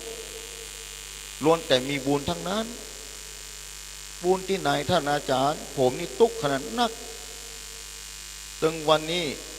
ผมปลูกหอมปีนี้ขาดทุนไปหมดนี่เพิ่นมาบ่นไว้ฮือเพราะว่าใจเย็น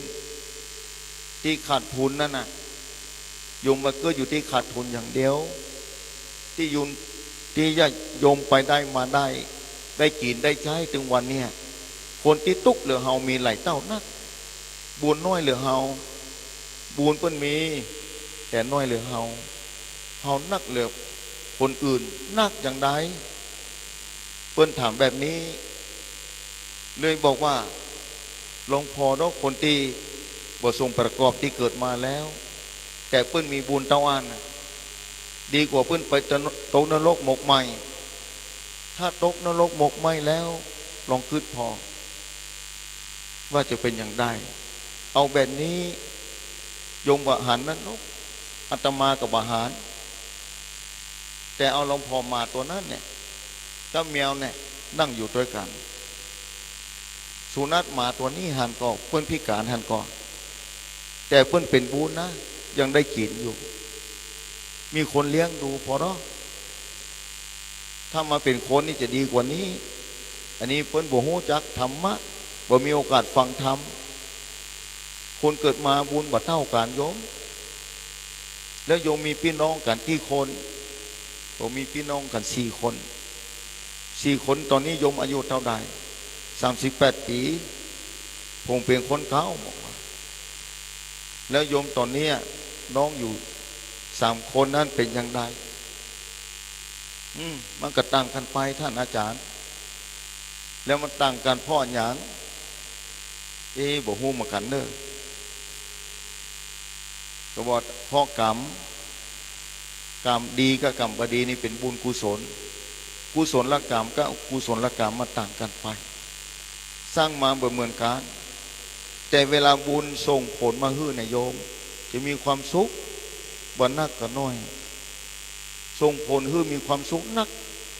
ถ้าสั่งสมไว้นักอย่างนั่งอยู่ที่นี่ค่ำคืนวันนี้มีทั้งข้าราชการผู้ใหญ่บ้านก็ดี นะอปตก็ดีนะเป็นแม่บ้านก็ดีพ่อบ้านก็ดีมีกิจการร้านค้าก็ดี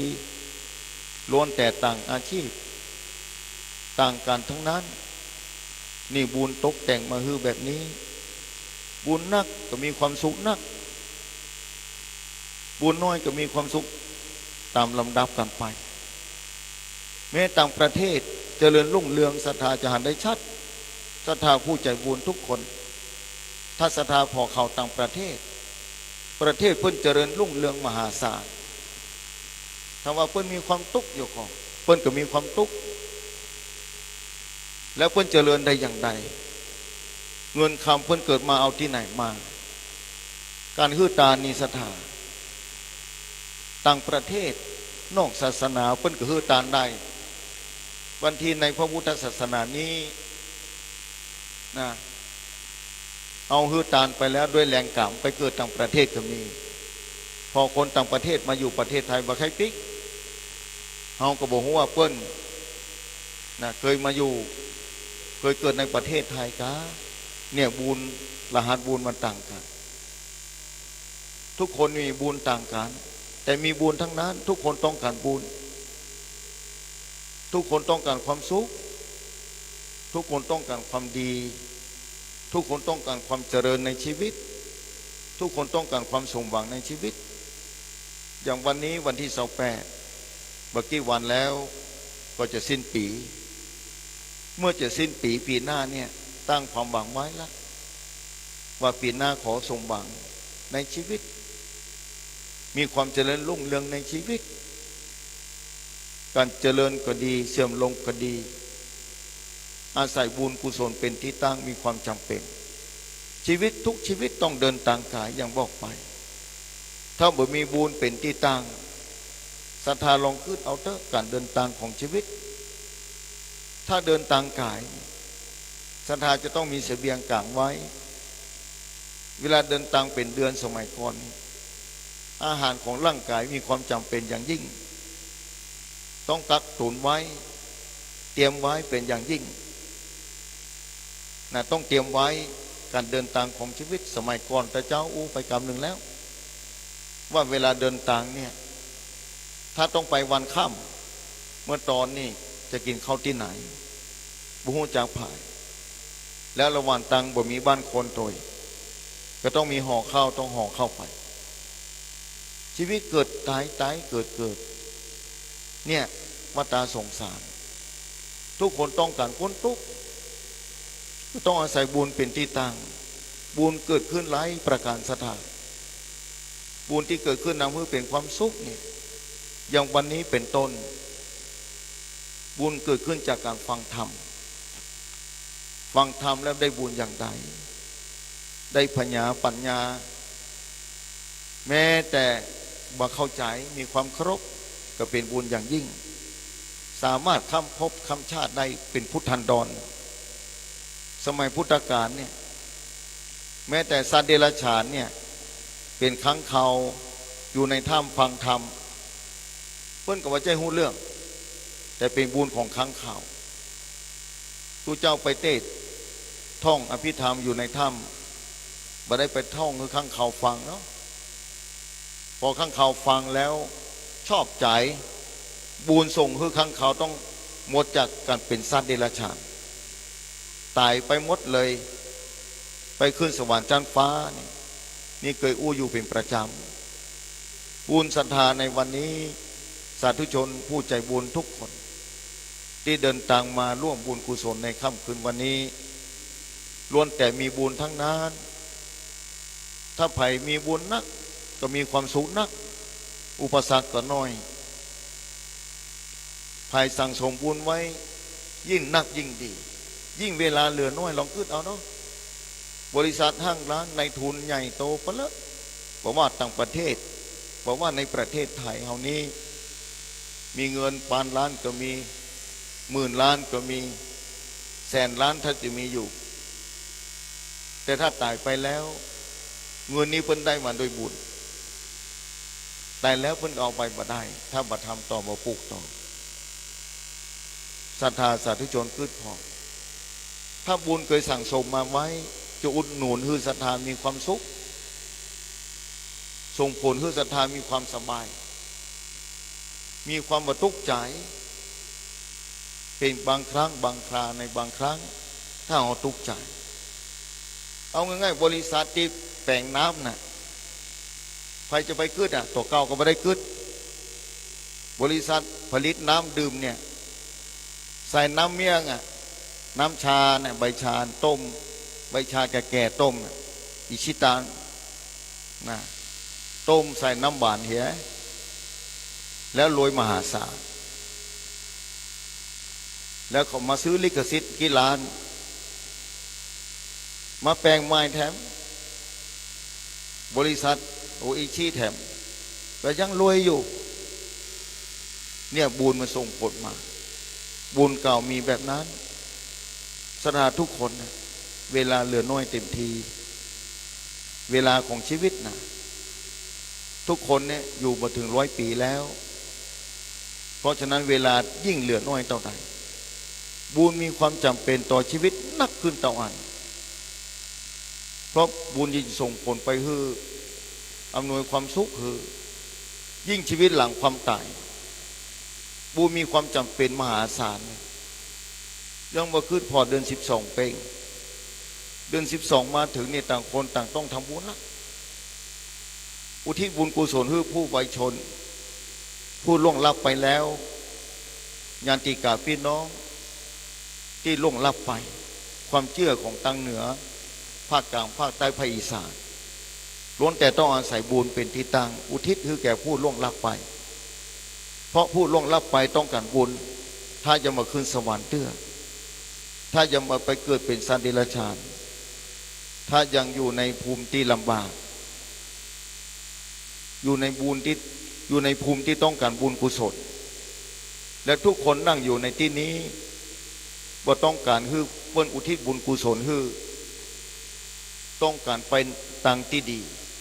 ถ้าละโลกนี้ไปแล้วทุกคนต้องการไปในสถานที่ที่มีความสุขที่สุดถ้ายังบ่สามารถข้ามวัฏสงสารได้เตื้อเมื่อเราข้ามวัฏสงสารบ่ได้อันอย่างที่สำคัญที่สุดในชีวิตถ้าข้ามวัฏสงสารบ่ได้บ่ใช่บุญแล้วหรือเพราะฉะนั้นบุญนี่มีความจำเป็นบุญก็เกิดขึ้นได้หลายอย่างวันนี้ได้ทำเต็มที่ได้ทำบุญบริจาคงานเข้ากรรมมานั่งฟังธรรมบางคนตั้งแต่เจ้านะไปพาสวดมนต์มานอนปฏิบัติธรรมที่นี่ก็มีบางคนทำบุญใส่บาตรมีโอกาสได้ทำทันทีเลยผู้ที่มีปัญญาและเข้าใจแล้วว่าบุญมีความจำเป็นต่อชีวิตแม้ชีวิตยังมีลมหายใจอยู่แม้ชีวิตจะหมดลมหายใจไปแล้วก็ต้องอาศัยบุญเป็นเงาติดตามเฮาไปผู้ใดสั่งสมบุญนักสั่งสมบุญไว้หลายย่อมมั่นใจว่าตัวเก่าได้ทำดีแล้วยิ่งบุญรักษาศีลน่ะสูงขึ้นไปแถมแล้วสุขภาพร่างกายจัดต่อไปมีความสุขสบายบุญรักษาศีลข้อที่1 2 3 4 5บุญฆราวาสวิสัยบุญข้อที่1ข้อที่1ข้อเดียวเนี่ยแค่ข้อ1ข้อเดียวเนี่ยถ้าไผ่รักษาได้เกิดมาชาติต่อไปนี่สุขภาพจะบ่เหมือนเปิ้นจะผิดปกติกว่าเปิ้นผิดปกติอย่างใดทั้งรักษาศีลข้อที่1สุขภาพร่างกายจะดีเลยเปิ้นคนอื่นอาจจะป่วยเมื่อยไข้จะต้องกินยุกกินยาต้องไปโรงพยาบาลแต่คนรักษาศีลข้อที่1นี่บ่มีรายชื่อที่โรงพยาบาลอันนี้บุญรักษาศีลข้อที่1แบบนี้บุญเกิดขึ้นจากการรักษาศีลลองคิดเอาเถอะเนี่ยสุขภาพร่างกายจะสมบูรณ์แข็งแรงทุกคนต้องการบุญกุศลเนี่ยและทุกคนนี่แย่งบุญกุศลกันบ่ได้แถมแล้วบุญไผ่บุญมานเปิ้นว่าบุญนี่ไขฮือกันบ่ได้ สมัยพุทธกาลก็มีเรื่องเล่าไปแล้ว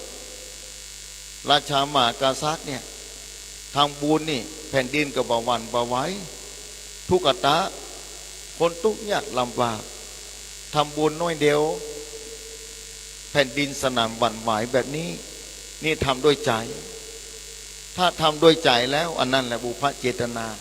เป็นเบื้องต้นที่ดีที่สุดบุพเจตนาจิตใจเป็นที่ตั้งเนี่ยศีลนี่จะทำให้ทุกคนมีสุขภาพพารณามัยแข็งแรงแต่ถ้าถามว่าคนที่สองนี่จะบินเป็นบุญอย่างไรท่านอาจารย์วันนั้นยกถาม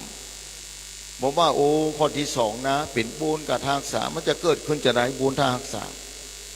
ก็บอกว่าโอ้ทรัพย์สมบัติของโยมจะมั่นคงแล่จะบ่สูญหายภัยธรรมชาติจะบากวาดล้างของโยมไปได้โจรขโมยไปบ่ได้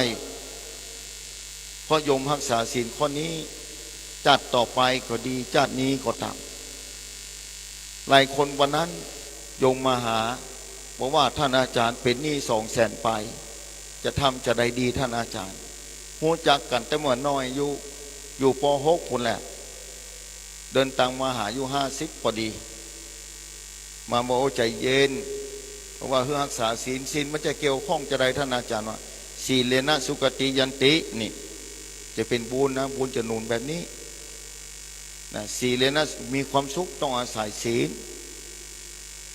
ศีเลนะโภคสัมปทานี่ถ้ามีศีลและโภคทรัพย์สมบัติก็จะมั่นคงโดยเฉพาะศีลข้อที่สองนี่เราได้ไป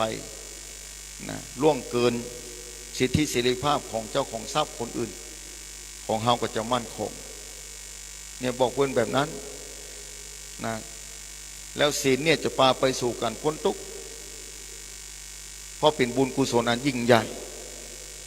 ยิ่งการฟังธรรมนี่เป็นการภาวนาไปในตัว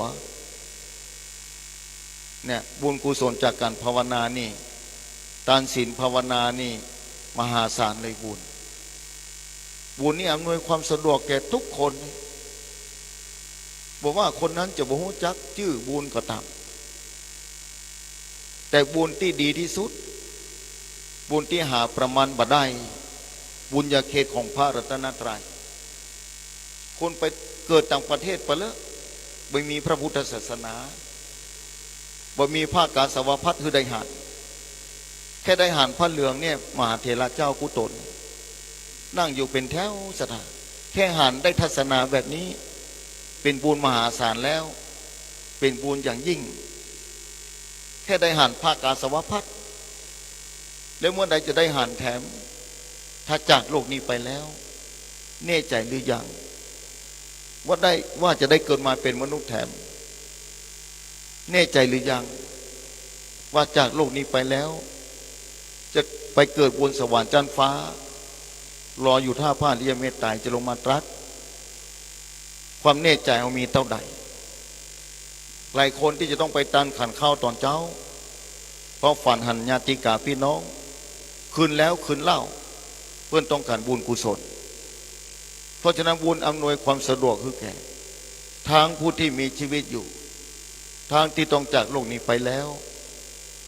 บุญมีความจำเป็นอย่างยิ่งเพราะฉะนั้นเมื่อทำบุญแล้วจะไปลืมนึกถึงบุญที่ตัวเขาได้ทำเป็นอนุสติไปในตัวบุญที่ทำแล้วเป็นกรรมฐานที่อยู่ของใจไปในตัวอย่างทำบุญใส่บาตรตอนเช้างานเข้ากรรมแบบนี้ถ้าศรัทธาทำบุญใส่บาตรแล้วจะเป็นกรรมฐานที่อยู่ของใจได้อย่างไรก็เวลานอนนึกมือเนี่ยกรรมของที่ลงสู่ในบาตรภาพตะวันนะคือนึกคืนคือใดวันนี้วันที่รับไปเลยจะบ่ตื่นก็ได้แต่ถ้าเรานึกภาพเหล่านี้ได้ภาพเหล่านี้เป็นที่อยู่ของใจทุกคนมีโอกาสอย่างยิ่งที่จะนึกขึ้นได้อย่างมาจุดเทียนเนี่ยสัตพันธ์7 เล่มนี่เป็นบุญมาการนั่นนี่บูชาพระพุทธเจ้านึกถึงพุทโธเนี่ยแค่โอ้วันนั้นไปจุดเทียนสัตพันธ์เปิ้นห้องชื่อเฮาเนอได้นำเทียนขึ้นไปจุดเปิ้นห้องชื่อมาไปจุดเทียนสัตพันธ์7 เล่มนี่จ จุดปุ๊บนี่แสงเทียนออกมาละได้บูชาพระรัตนตรัยยกมือไว้แล้วเป็นบุญแล้ว แล้วแสงเทียนนี่เป็นบุญอย่างไรเวลาชีวิตเราเดินทางยามค่ำคืนราตรี ในท่ามกลางความมืดเราก็ต้องอาศัยแสงสว่างแสงสว่างนี่มีความจำเป็นการเดินทางของชีวิตแสงสว่างของแต่ละคนบ่เท่ากันที่นั่งอยู่ในที่นี้ศรัทธาผู้ใจบุญแสงสว่างบ่เท่ากันความเข้าใจนะถึงความเป็นจริงที่พระเจ้าตรัสบ่เท่ากันแต่จะต้องสั่งสมไปชาติละน้อยละน้อยเอาบัลลังก์ประการคุณภาพที่จะไปนิพพานได้ชาตินี้แต่ทุกคนต้องตั้งจุดหมายไว้ตอนเจ้ามาทำบุญใส่บาตรโยงเข้าบาตรละเพื่อต้องการได้บุญเป็นบาตรฐานเป็นยานเป็นเครื่องขี่ของเฮาทะเลใหญ่กว้างเนี่ยเมื่ออับฟังกลางทะเลหันว่าถ้าหันเรือเนี่ยเรือหลวงสุโขทัยอับปางลงกลางทะเลคนที่มีบุญก็รอดไปคนที่บ่มีบุญก็สูญหายไปเพราะหมดอายุขัยก็มีศรัทธาสาธุชนท่านผู้ใจบุญทุกท่านทุกคนมีบุญมหาศาลตอนนี้ยิ่งเวลาจะหมดปีหน้าจะมาหาหลายคนตั้งความหวังไว้ตั้งโปรแกรมไว้แล้วว่าจะไปที่ฮันตินีปีใหม่นี้บางคนตั้งโปรแกรมพิเศษจะไปปฏิบัติธรรมนี่เป็นโปรแกรมที่พิเศษสุด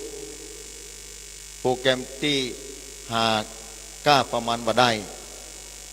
บางคนจะไหว้พระสวดมนต์ข้ามปีแม้กิจการตามที่จะเกิดขึ้นต่อไปบางครั้งเหตุการณ์ต่างๆเกิดขึ้นทำให้มีอุปสรรคการสวดมนต์ข้ามปีเป็นบุญมหาศาลสวดมนต์ที่บ้านก็ได้สวดมนต์ข้ามปีแต่ถ้าที่วัดจัดก็ปากันไปในขณะที่สวดมนต์นั้นนะเป็นบุญอย่างยิ่งศรัทธาสาธุชนผู้ใจบุญเพราะฉะนั้นทุกคนที่เกิดมาในโลกนี้บุญอย่างยิ่งแล้วที่เจอพระพุทธศาสนาที่เจอพระพุทธศาสนานี้ขอบอกเห็นสักน้อยหนึ่งว่าบุญอย่างยิ่งอย่างใดแค่ได้หารภาคกาสาวพัดอย่างบอกตะกี้อันนี้คือพระสงฆ์ได้ฟังธรรมนี่พระพุทธเจ้าได้ตรัสไว้อย่างพ่องยิ่งได้หูนะโอ้สถานยากแก่การจะพารณาแต่แม่ฝรั่งนี่ยังเข้ามาบวชในประเทศไทยเพราะเปิ้นมีบุญลูกเศรษฐีของชาวมาเลเซียพ่อมีเงินจุ่ม800 ล้านสลามดเข้ามาบวชในพระพุทธศาสนาอยู่แบบเรียบง่ายเนี่ยศาสนาพุทธภาคการสวพัฒน์มีก้า800 ล้านคือพอแล้วมีก้ามหาศาลบุญกุศลเป็นแบบนั้นทุกคนที่นั่งอยู่ที่นี่ก็มีบุญอยู่แล้วมีบุญเป็นบาดฐานได้มีโอกาสเดินไปเตียวมาได้มีโอกาสได้หู้ได้หานนี่เป็นบุญอย่างยิ่งได้มีมือ10 นิ้วกราบไหว้บูชาพระรัตนตรัยหาประมาณบ่ได้แล้วบุญอย่างหนึ่งของคนเมืองเหนือนั่นคือเกิดในปฏิรูปประเทศวสะเกิดในประเทศที่บ่มีภัยพิบัติเกิดขึ้นถึงมีก็มีน้อยภาคเหนือของเฮานี้นะมีน้อยต่างประเทศเป็นหน้าตอนนี้พายุทอร์นาโดพ่องแผ่นดินไหวพ่องภูเขาไฟระเบิดพ่องภัยต่างๆนานาเกิดขึ้นนักศรัทธาสาธุชนผู้ใจบุญแล้วเมืองเหนือนี่เคยอู้ทางสถานีวิทยุนะเมืองเหนือนี่นะสถานีวิทยุเคยอู้หลายครั้งว่าพระสัมมาสัมพุทธเจ้านี่ได้เสด็จพระราชดำเนินมาประทับรอยพระบาทไว้ทั่วภาคเหนือนี่นับจำนวนนะนักเลือดภาคอื่นๆหมดเลยต่างประเทศบ่มีนี่ เพราะพระองค์รู้ว่าศาสนาของพระองค์เป็นจะอยู่5,000 ปีตอนนี้อินโดนีเซียกับแผ่นดินถล่มโดยภูเขาไฟระเบิดเนี่ยปะทุออกมาต้องอพยพผู้คนพ่องตายไปพ่องบางคนก็บอกว่าจะต้องมาตายด้วยลาวาของภูเขาไฟบางคนก็บอกว่าจะต้องมาตายด้วยน้ำท่วมอย่างประเทศจีนเป็นต้นประเทศจีนนี่แต่ก่อนนี่อันดับหนึ่งในศาสนาพุทธหลังจากการเปลี่ยนแปลงการปกครองมาปุ๊บศาสนาพุทธตกอยู่อันดับ3ตกอยู่อันดับ4ณตอนนี้ศรัทธาสาธุชนผู้ใจบุญเพราะฉะนั้นบุญของศรัทธานี่มีอยู่แล้วเป็นบาดฐานจะไปลืมบุญตัวเก่าแท้ๆค่ำคืนวันนี้พูดถึงเรื่องบุญเนี่ยบุญนำเพื่อเรามีความสุขนำเพื่อเราสมหวังนำเพื่อได้พบแต่สิ่งที่ดีประสบความสำเร็จในชีวิตว่านักกันน้อยอย่างน้อยบุญส่งเพื่อได้มาเป็นมนุษย์ได้มาเจอพระพุทธศาสนายิ่งได้มาหาพระสงฆ์ปฏิบัติธรรมแบบนี้เป็นบุญของศรัทธาอย่างยิ่งแล้วสาธุชนผู้ใจบุญในค่ำคืนวันนี้ได้อูจาได้เทศนาเรื่องบุญกุศลเพราะเขาสั่งส่งบุญกุศลเป็นอย่างยิ่งเพราะบุญกุศลนี้ส่งยู่ให้เฮามีความสุขยิ่งบุญนักเท่าใดดีเท่าอันเอาจำว่าอันนั้นมีเพิ่นมีบุญเนาะพระมหากษัตริย์แต่ละตนแต่ละองค์นี่ก็บัดเต้ากันนี่พระสงฆ์สมัยพุทธกาลก็บัดเต้ากันเพราะมีบุญบัดเต้ากันมีบุญเหมือนกันแต่ต่างกันไปเพราะสร้างมาด้วยกายกรรมวจีกรรมมโนกรรมบัดเต้ากันเหมือนกันเพราะฉะนั้นที่สุดแล้วบุญนี้ส่งอยู่เอามีความสุขนะเปิงปวนกับติยกนะภาษิตเบื้องต้นมาไว้ว่าสุโขปุญญสะอุจโยนะผู้สั่งส่งบุญนำสุขมาฮือได้แสดงธรรมพระธรรมเทศนาในค่ำคืนวันนี้ก็พอสมควรแก่เวลาบุญกุศลที่คณะศรัทธาสาธุชนผู้ใจบุญทุกท่านได้สั่งส่งบารมีมาด้วยบุญกุศลขอให้บุญกุศลตั้งหลายเหล่านั้นนำพาสาธุชนผู้ใจบุญทุกคนทุกท่านแม้ฟังอยู่ที่บ้านก็ดีขอให้พ้นเสียจากทุกโรคภัยไข้เจ็บสิ่งบดีต่างๆนั้นคือมดไปกับปีเก่าที่จะมดไป2-3 วันนี้ปีใหม่ที่จะมาถึงนี้คือประสบแต่ความสำเร็จความสุขสวัสดีจงปรากฏขึ้นปัญญาส่องรู้เล็งหันสัจธรรมความจริงจงปรากฏขึ้นเพื่อแก่ศรัทธาผู้ใจบุญทุกคนทุกท่านบุญกุศลเหล่านี้คือไก่เป็นบันไดแก้วไก่ไปขึ้นเมืองสวรรค์ชั้นฟ้าไก่เป็นสะพานข้ามวัฏสงสารอันยาวไก่การดานนี้คือไก่เป็นสะเปาคำเป็นยานอันดีนำข้ามทะเลโอคะวัฏสงสารไปสู่ดินแดนมหานิพพานเจ้าเป็นที่สุดนั่นจงจักมีแสดงพระธรรมเทศนาในค่ำคืนวันนี้พอสมควรแก่เวลาแล้วขอสมุดยุติลงไว้แต่เพียงเท่านี้เอวันก็มีด้วยประการชนีสาธุสาธุสาธุ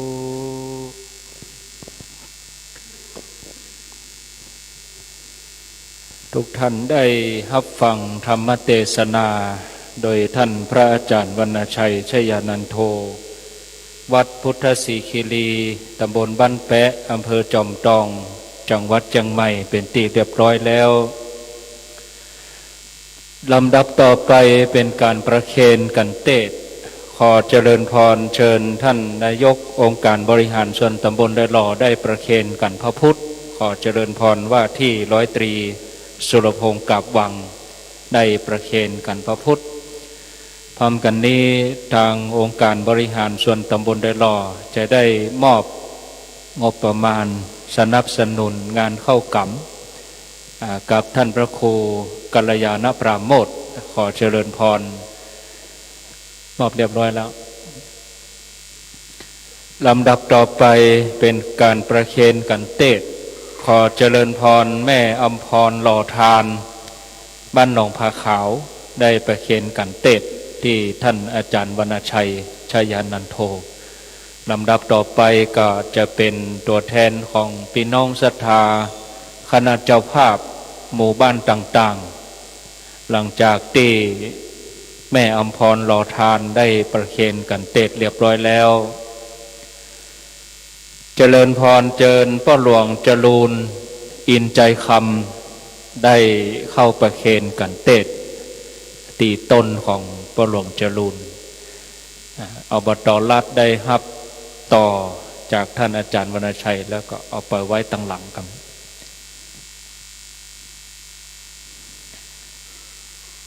เจริญพรเจิญพ่อหลวงวีรพงศ์อินตปานพ่อหลวงบ้านหมู่ที่7บ้านบางขำป้อมได้เข้าประเคนกันเทศในนามตัวแทนพี่น้องศรัทธาบ้านบางขำป้อมเจริญพรเจิญพ่อหลวงบุญศิลป์ปันมาเรือนพร้อมกับพ่อหลวงอุทิศจาใจทั้งสองท่านได้เข้าประเคนกันเทศในนามคณะศรัทธาวัดม่อนฤาษีขอเจริญพรพ่อหลวงบุญศิลป์ปันมาเรือนและพ่อหลวงอุทิศจาใจเจิญพ่อหลวงเอกรินทร์ชัยสิทธิ์พ่อหลวงบ้านหมู่ที่26บ้านไร่บวกบงขอเจริญพร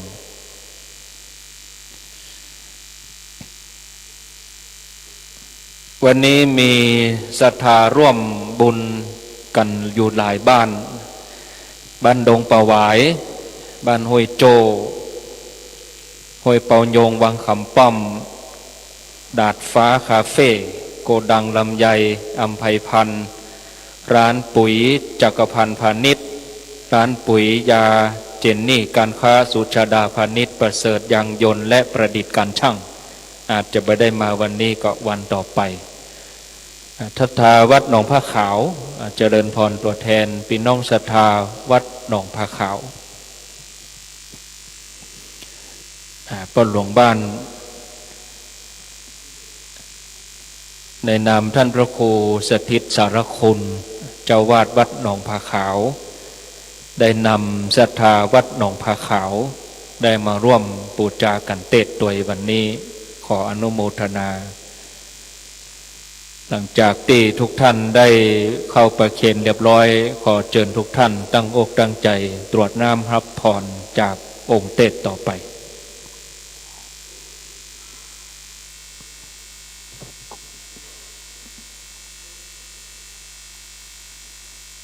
ศรัทธาตั้งใจรับพรเด้อยะถาวะลิวาปุราปาริปุริติสังขารังเอวเมวะอิโตตินังเปตะนังอุปกปติอิชิตังปฏิตังตุมหังคิปะเมวะสเมชันตุสัพเพปุเรนตุสังกปาจันโทปนะละโสยะถามณิโชติละโสยะถาสัพพิติโยวิวัชชันตุสัพพะโลกโควินาสันตุมาเตภวาวันตรโยสุขีติขายุโกภวาอภิวาทนาสิริสานิจังมุทาปัจจายโนจัตตาโลธรรมาวัฏันติอายุวันโนสุขังพระลังพระวันตุสัพพมังครังราคันตุสัพปเทวตาสัพพพุทธานุภาเวนะสัทธาโสติภวันตุเตภวันตุสัพพมังคลังละขันตุสัพปเทวตาสัพพธรรมานุภาเวนะสัทธาโสติภวันตุเตภวันตุสัพพมังคลังละขันตุสัพปเทวตาสัพพสังขานุภาเวนะสัทธาโสติภวันตุเตสาธุสาธุสาธุขอศรัทธาเอาปอนตัวเองกำหนึ่งการเทศนี้ขอร่วมทำบุญพอมาบุญมีความจำเป็นต่อชีวิตอย่างยิ่ง ขอถวายไว้กับท่านพระครูกัลยาณประโมทวัดม่อนห้วยแก้วที่นี่ขอศรัทธาสาธุชนผู้ใจบุญทุกท่านร่วมสาธุการโดยพร้อมกันเนอ สาธุสาธุสาธุ อิตังตานากัมมังเนปานาปัจจโย โนนิจังอีทังสีรากัมมังนิพพานาปัญจโยโหนตุโนนิจังอีทังภาวนากัมมังนิพพานาปัญจโหนตุโนนิจังยังกินจิกุสารังกัตตาพังกัมมังสัพเพหิกาเตตังบุญยังโนอานุโมทันตุสุนันตุพนตุเยเทวาอาสามิงทาเนอาทิคาตาทิขายุกัสสัทธาสัพพะสัตตานังสุขีอัตตานังปาริหารันตุมาตาปิตาสุขีตาหุนทุกขาปามุนจันตุสัพเพยาตากาสุขีตาหุนตุทุกขาปามุนจันสัพเพอายาตากาสุขีตาหุนตุทุกขาปามุนจันตุสัพเพปิสาสัพเพยัคฆาเปตาสุขีตาหุนตุทุกขาปามุนจันตุสัพขัตตาสุขี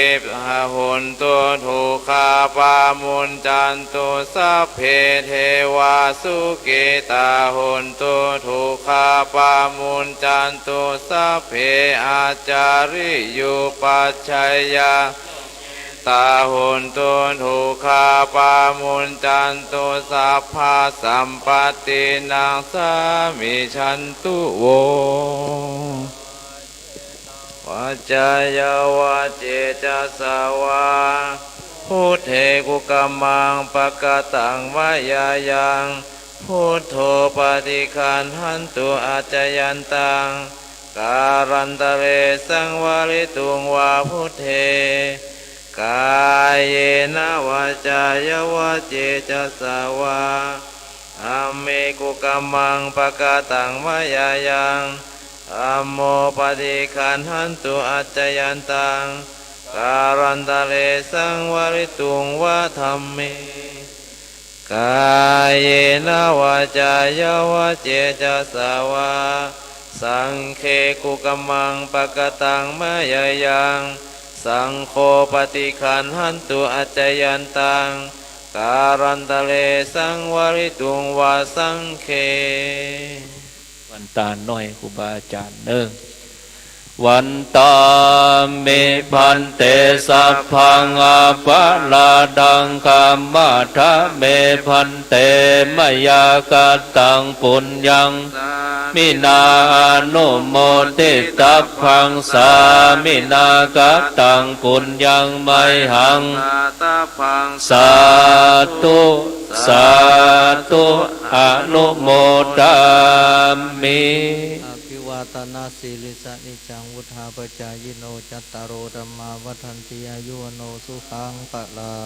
สาธุสาธุสาธุเชิญทุกท่านลาพระกลับบ้านบรรพุกมาใส่บาตรเนอะท่านนายกมาใส่ขี้เจ้าละมาเหี่ยเจ้าเนอะพวกลาพระทุกท่านครับกล่าวคำลาพระนะครับหันธานี้มายังพันเตคัจฉามะพหุกิจจามะยังพหุการณียายาสัทธานิตุมเหกะลังมยาธาสาธุพันเตสาธุพันเตสาธุพันเตจบพิธีกลับบ้านได้มันพวกมาใส่บาตรเนอเรือแหม2 เจ้าเสา9 กับ 30 แล้ววันพุธก็มาตานเมนเนอะญาติโยมเวลา9 โมงที่สุสานปัจจาใกล้วัดเนี่ยก็ขอขอบคุณทางคณะเจ้าภาพมีองค์การบริหารส่วนตำบลดอยหล่อผู้ใหญ่บ้านทั้ง6 หมู่บ้านวันนี้มาร่วมเป็นเจ้าภาพพร้อมกับแม่อำพรหล่อทานคุณอนุพงษ์แท้ตั้งแล้วก็องค์การบริหารส่วนตำบลดอยหล่อตัวนิมนต์ตั้งนอกเลยครับกองประชาสัมพันธ์ส่งญาติโยมจนถึงเวลา4 ทุ่มนิมนต์เลยครับ กลับบ้านใด ญาติโยมกลับบันไดตัวเจ้าไปบันไดเตือ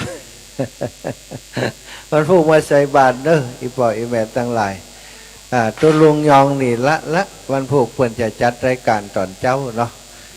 สถาอีพ่ออีแม่เด้อท่านนายกท่านผู้บริหารขององค์การบริหารส่วนตำบลดอยหล่อพี่น้องศรัทธาเท่าแก่พี่น้องทุกผู้ทุกท่านเดินทางกลับโดยสวัสดิภาพปลอดภัยกันคู่คนเด้อวันพุธนี้วันที่เราจะได้ตักบาตรกันแล้วก็เปิ่นจะได้ตานเมนอีพ่ออีแม่ทั้งหลาย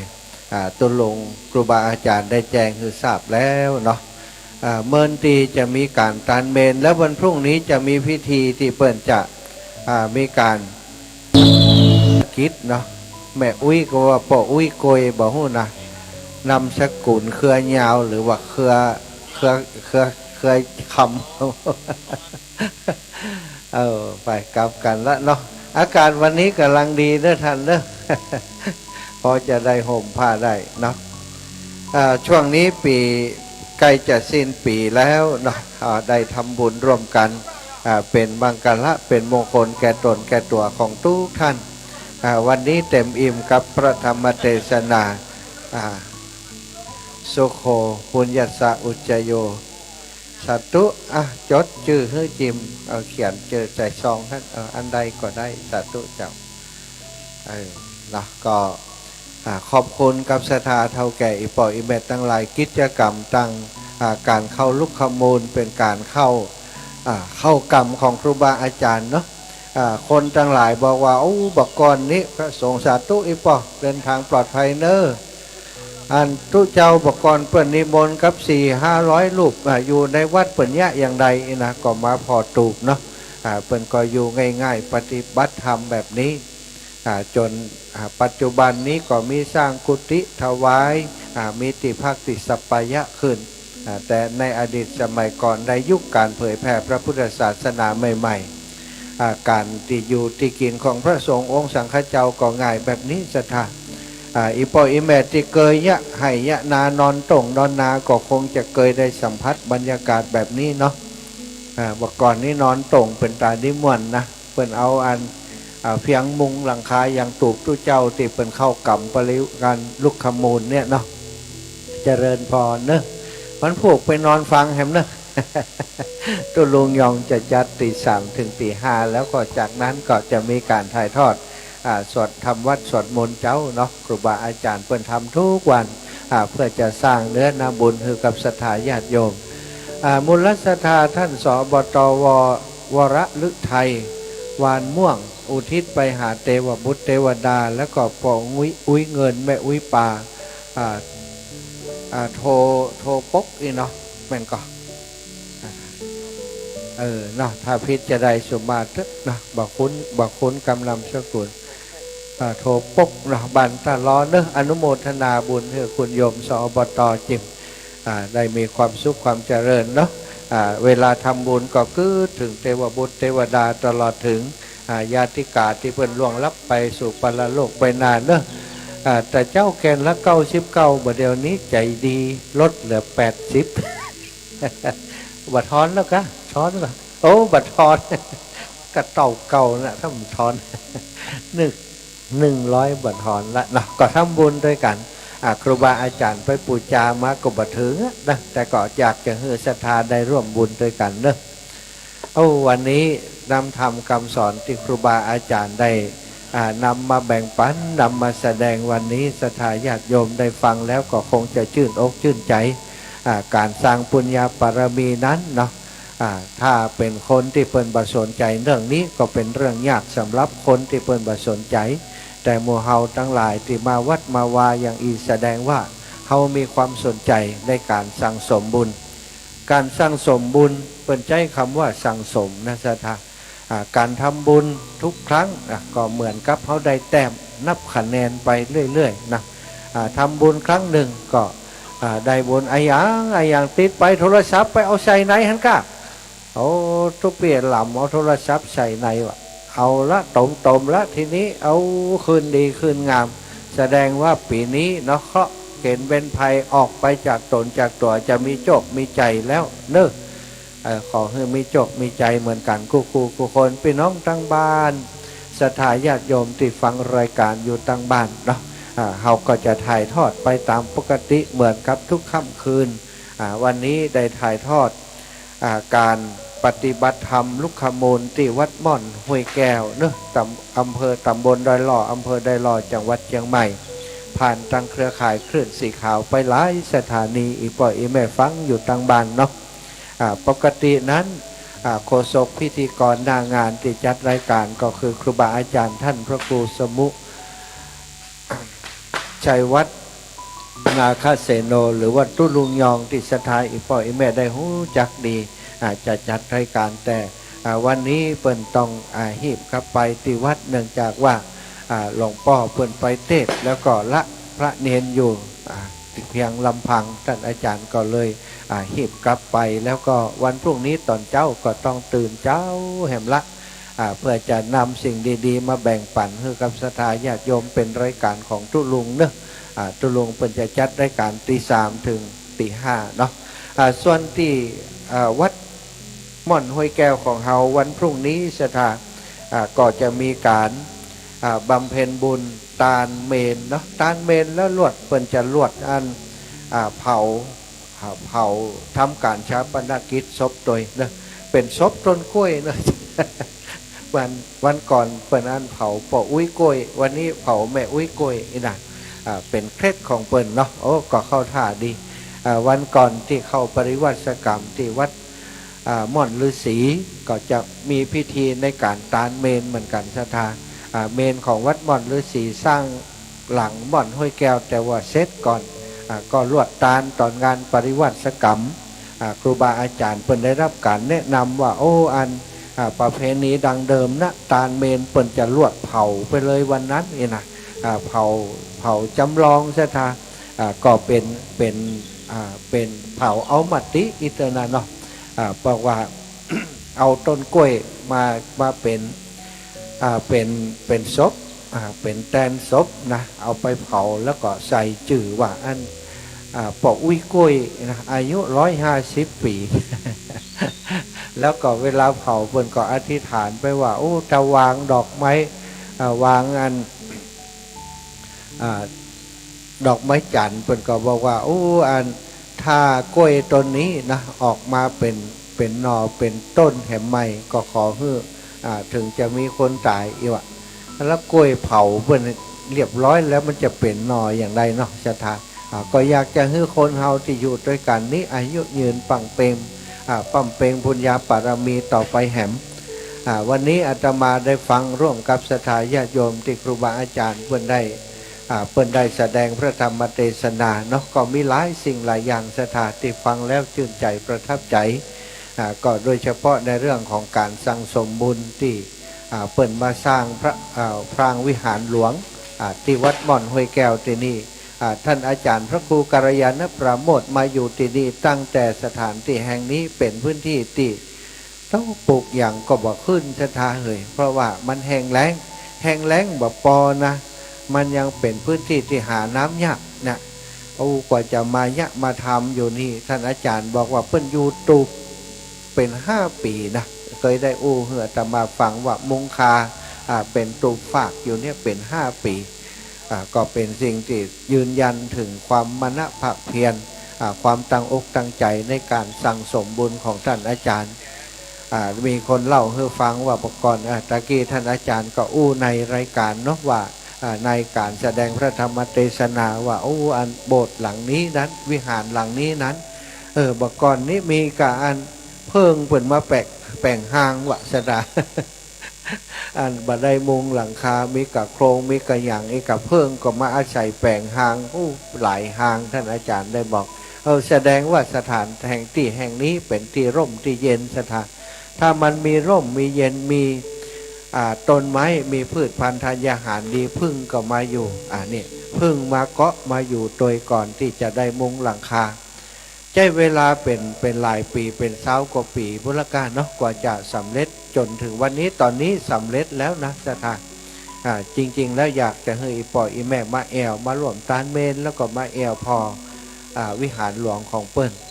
แต่ถ้ามันช่วงเวลามันกระชั้นชิดเนาะสิ้นปีแล้วหลายๆคนก็มีกิจกรรมที่หมู่บ้านที่ชุมชนของท่านวันนี้วันที่28แล้ว29-30กิจกรรมต่างๆในหมู่บ้านในชุมชนแต่ละที่ละแห่งก็มีจัดงานกันเหมือนกันอย่างเข้ากรรมปริวาสเข้ากรรมลูกขมูลนี้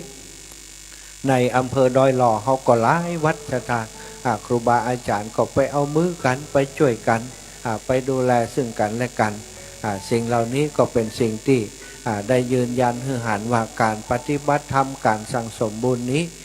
ทั่วถึงกันหมดทำกันเหมือนกันทุกที่ทุกแห่งอย่างอำเภอเมืองปานเตตมาอยู่ตลอดถึงในจังหวัดลำปางเตเท่าที่ได้รับการแจ้งมาก็มีหลายที่เปิ่นทำเข้ากับลูกขมูลบางแห่งก็จะทำวันที่27-28ไปจนถึงวันที่1ที่2รวดสืบชะตาเพื่อเป็นน้องเจ้าบ้านไปในตัวตุยอันนี้ก็เป็นกิจกรรมที่ทำกันส่งท้ายปีนิยมที่จะทำบุญสุนทรทานเนาะเพื่อจะอุทิศส่วนบุญส่วนกุศลนั้นไปหือกับญาติที่เปิ่นล่วงลับไปสู่ปรโลกไปนาคนเฮาศรัทธาญาติโยมวันเวลามันไล่หลังเฮามาติ๊กความตายก็เป็นเงาติดตามตัวตนตัวของเฮาไปทุกขณะมีอย่างเดียวที่เฮาจะดูแลตัวเองได้ก็คือความตายมันต้วยมาเฮาก็สร้างสมบุญกุศลไปติ๊ก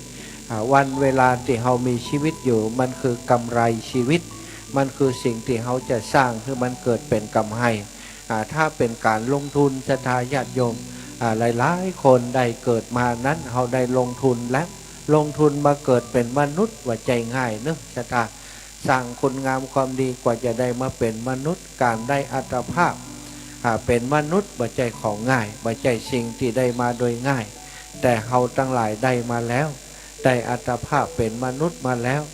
อัตภาพเป็นมนุษย์นั้นเป็นอัตภาพที่ดีที่สุดบรรดาอัตภาพต่างๆการเกิดในภพชาติต่างๆศรัทธาเป็นเทวดาคนก็บอกว่าสุขสบายเสวยสุขก็จริงแต่ว่าสุดท้ายหมดบุญแล้วก็ต้องเกิดมาเป็นมนุษย์มาสร้างสมบุญกุศลแห่งใหม่เป็นสัตว์เดรัจฉานได้รับความลำบากบ่เหมือนเป็นมนุษย์สัตว์บางชนิดศรัทธาได้แต่ซบตากันปักหอกกันบ่ได้อย่างเฮาเลี้ยงหมากาเลี้ยงแมวกาเนี่ยมันก็ปากห่อเฮาบ่ได้แต่จ้องตาได้แต่ส่งสายตาให้กันบ่สามารถจะสื่อสารเป็นภาษากับเฮาได้แต่หมากับหมามันก็สื่อสารกันได้นะศรัทธามันเห่ามันค้างใส่กันเนี่ยเป็นภาษากายเป็นภาษาที่มันสื่อสารกันได้แต่กับคนมันสื่อสารบ่ได้แต่คนนี่ศรัทธาเป็นสิ่งมีชีวิตติใจมีวิวัฒนาการในการสื่อสารกันหลายรูปแบบเนาะการการจาเป็นภาษาต่างๆนั้นบนโลกใบนี้มีบ่ฮู้กี่ภาษาแต่ละคนมีหน้าที่เหมือนกันจะฮู้หลัวตัวหรือบ่ฮู้ตัวก็แล้วแต่เกิดเป็นมนุษย์แล้วต้องสร้างประโยชน์ให้กับตัวเก่าการสร้างประโยชน์ให้ตัวเก่าจะเนี้ยอย่างไรศรัทธาต้องทำคุณงามความดีคนที่จะทำประโยชน์ให้ตัวเก่าทำคุณงามคุณความดีกับคนอื่นถึงจะได้กับตัวเก่าอย่างเช่นเดียวกันกับการทำบุญทำกุศลเนี่ยเฮาทำบุญถวายทานบริจาคทานช่วยเหลือกิจการของพระศาสนา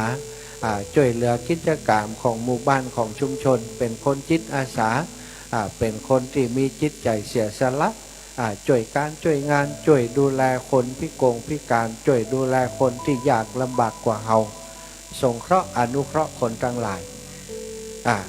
การกระทำอย่างนี้นั้นเป็นเรียกว่าการสั่งสมบุญ ถ้าเขาทำอย่างอีนั้นตัวเขาก็จะได้บุญได้กุศลนะอีปออีแม่ทั้งหลายบุญกุศลที่เขาสร้างไปแล้วนั้นมันก็กลับย้อนรอยถอยหลังมาปกปักรักษาเขาถ้าเขาบักเคยสนใจคนอื่นเลยสนใจแต่ตัวเก่าจะเอาอย่างมากินจะเก็บเงินได้วันต่อใดจะเก็บเงินได้วันต่อใดอันนี้ยังบัดถือว่าทำคุณงามความดีเพื่อจะสร้างบุญเด้อถ้าจะทำคุณงามความดีเพื่อจะสร้างบุญมัน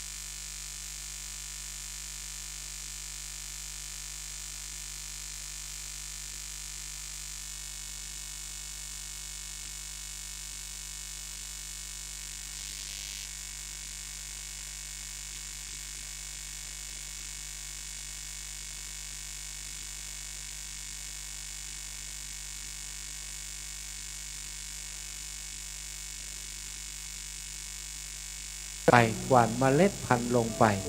มันก็จะเจริญงอกงามตามที่เขาปรารถนาตามที่เขาต้องการเนาะการทำบุญในพุทธศาสนาศรัทธาญาติโยมอีปออีแม่ทั้งหลายหูกันโดยปกติอยู่แล้ววันนี้เขาได้ฟังครูบาอาจารย์เปิดแสดงพระธรรมเทศนายกเอาเรื่องราวต่างๆมาเล่ามามายกตัวอย่างหลายประการโดยเฉพาะยกตัวอย่างเรื่องการสร้างสมบูรณ์ของท่านพระครูกัลยาณปราโมทย์ซึ่งเป็นเจ้าหัววัดเป็นสมภารวัดม่อนห้วยแก้วที่นี่กว่าจะสร้างวิหารหลวงเสร็จใจความภาคเพียรใจความมานะพยายามได้สั่งสมบุญมากำเล็กกำน้อยสั่งสมปุญญาบารมีศรัทธาญาติโยมกว่าจะหันว่าเปิ่นเป็นผู้ที่ปฏิบัติดีปฏิบัติชอบเป็นพระสุปฏิปันโนมาให้ความช่วยเหลือเปิ่นนั้นก็ใช้เวลาดูอยู่หลายปีเหมือนกันศรัทธาจนมีคนมาหู้มาหานว่าตุเจ้าตนนี้ครูบาอาจารย์รูปนี้เป็นคนที่มีความตั้งอกตั้งใจจะพัฒนาแต่รู้นะเริ่มจากปลูกต้นไม้เริ่มจากสร้างภูมิทัศน์รอบวัดรอบวาคือเรียบร้อยสะอาดจัดเปิดห้องว่าแลนด์สเคปเนาะของวัดนะอยู่เป็นสัดเป็นส่วนสร้างโบสถ์แล้วสร้างวิหารแล้ว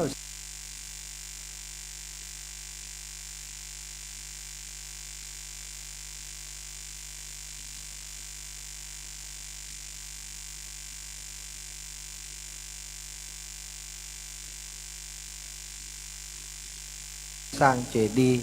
เนี่ยก็เป็นสัดส่วนที่เหมาะสมแล้วก็ที่สำคัญที่อาตมาประทับใจนักที่สุดกว่าเรื่องอื่นก็คือการสร้างระบบนิเวศ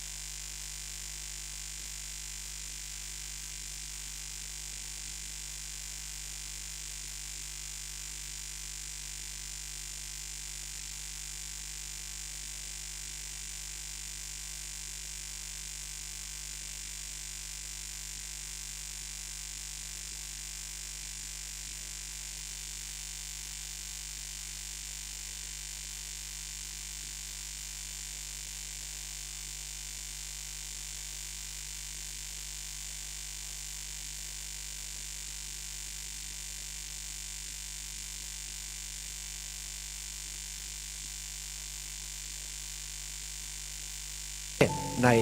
วัดม่อนห้วยแก้วจากเป็นมะแอวก็เป็นที่เหมาะสมในการที่จะมาทำบุญยิ่งในช่วงนี้ศรัทธาอีปอยอีแม่ตั้งหลายครูบาอาจารย์เปิดมาปฏิบัติธรรมเข้ากรรมลุกขมูลเข้ากรรมลุกขมูลเป็นการปฏิบัติธรรมแบบทุดงควัตมีการอธิษฐานทุดงนะศรัทธาบ่ใจว่าจู่ๆมาก็มานอนกันบ่ได้บ่ใจนะเปิดมาอธิษฐานทุดงควัตอธิษฐานบิณฑบาตเป็นวัดอธิษฐานบิณฑบาตเป็นวัดแล้วก็อธิษฐานนอนในตีนอนที่บอกโอโถงนอนในกระต๊อบนอนในกระท่อมอธิษฐานใจผ้าปังสกุลใจผ้า3 ผืนเนี่ยอธิษฐานก็มีการอธิษฐานหลายอย่างที่ครูบาอาจารย์เปิดโต๊ะลงกันทุดงควัตนี้มีหลายสถานมีหลายข้อที่เราจะอธิษฐานตามที่เราสามารถจะทำได้แล้วสิ่งสำคัญสถานที่ฟังติดต่างบ้านก็จะได้ยินตอนเช้าเนาะตื่นมาตี 5เนาะก็จะมีการทำวัดสวดมนต์เจ้าเจริญพระพุทธมนต์สวดมนต์สวดถวายพรพระทุกวันมีการแผ่เมตตามีการปฏิบัติธรรมนั่งสมาธิกรรมฐานเดินจงกรมตอนมะแรงก็มีการทำวัดสวดมนต์แล้วก็เจริญพระพุทธมนต์แล้วก็มีการสวดพระธรรมจักรปวัตนสูตรทุกวันกลับแล้วเนาะเปิ่นก็เดินทางกลับกันห้องแล้วศรัทธาญาติโยมคณะกรรมการก็มาช่วยเนาะ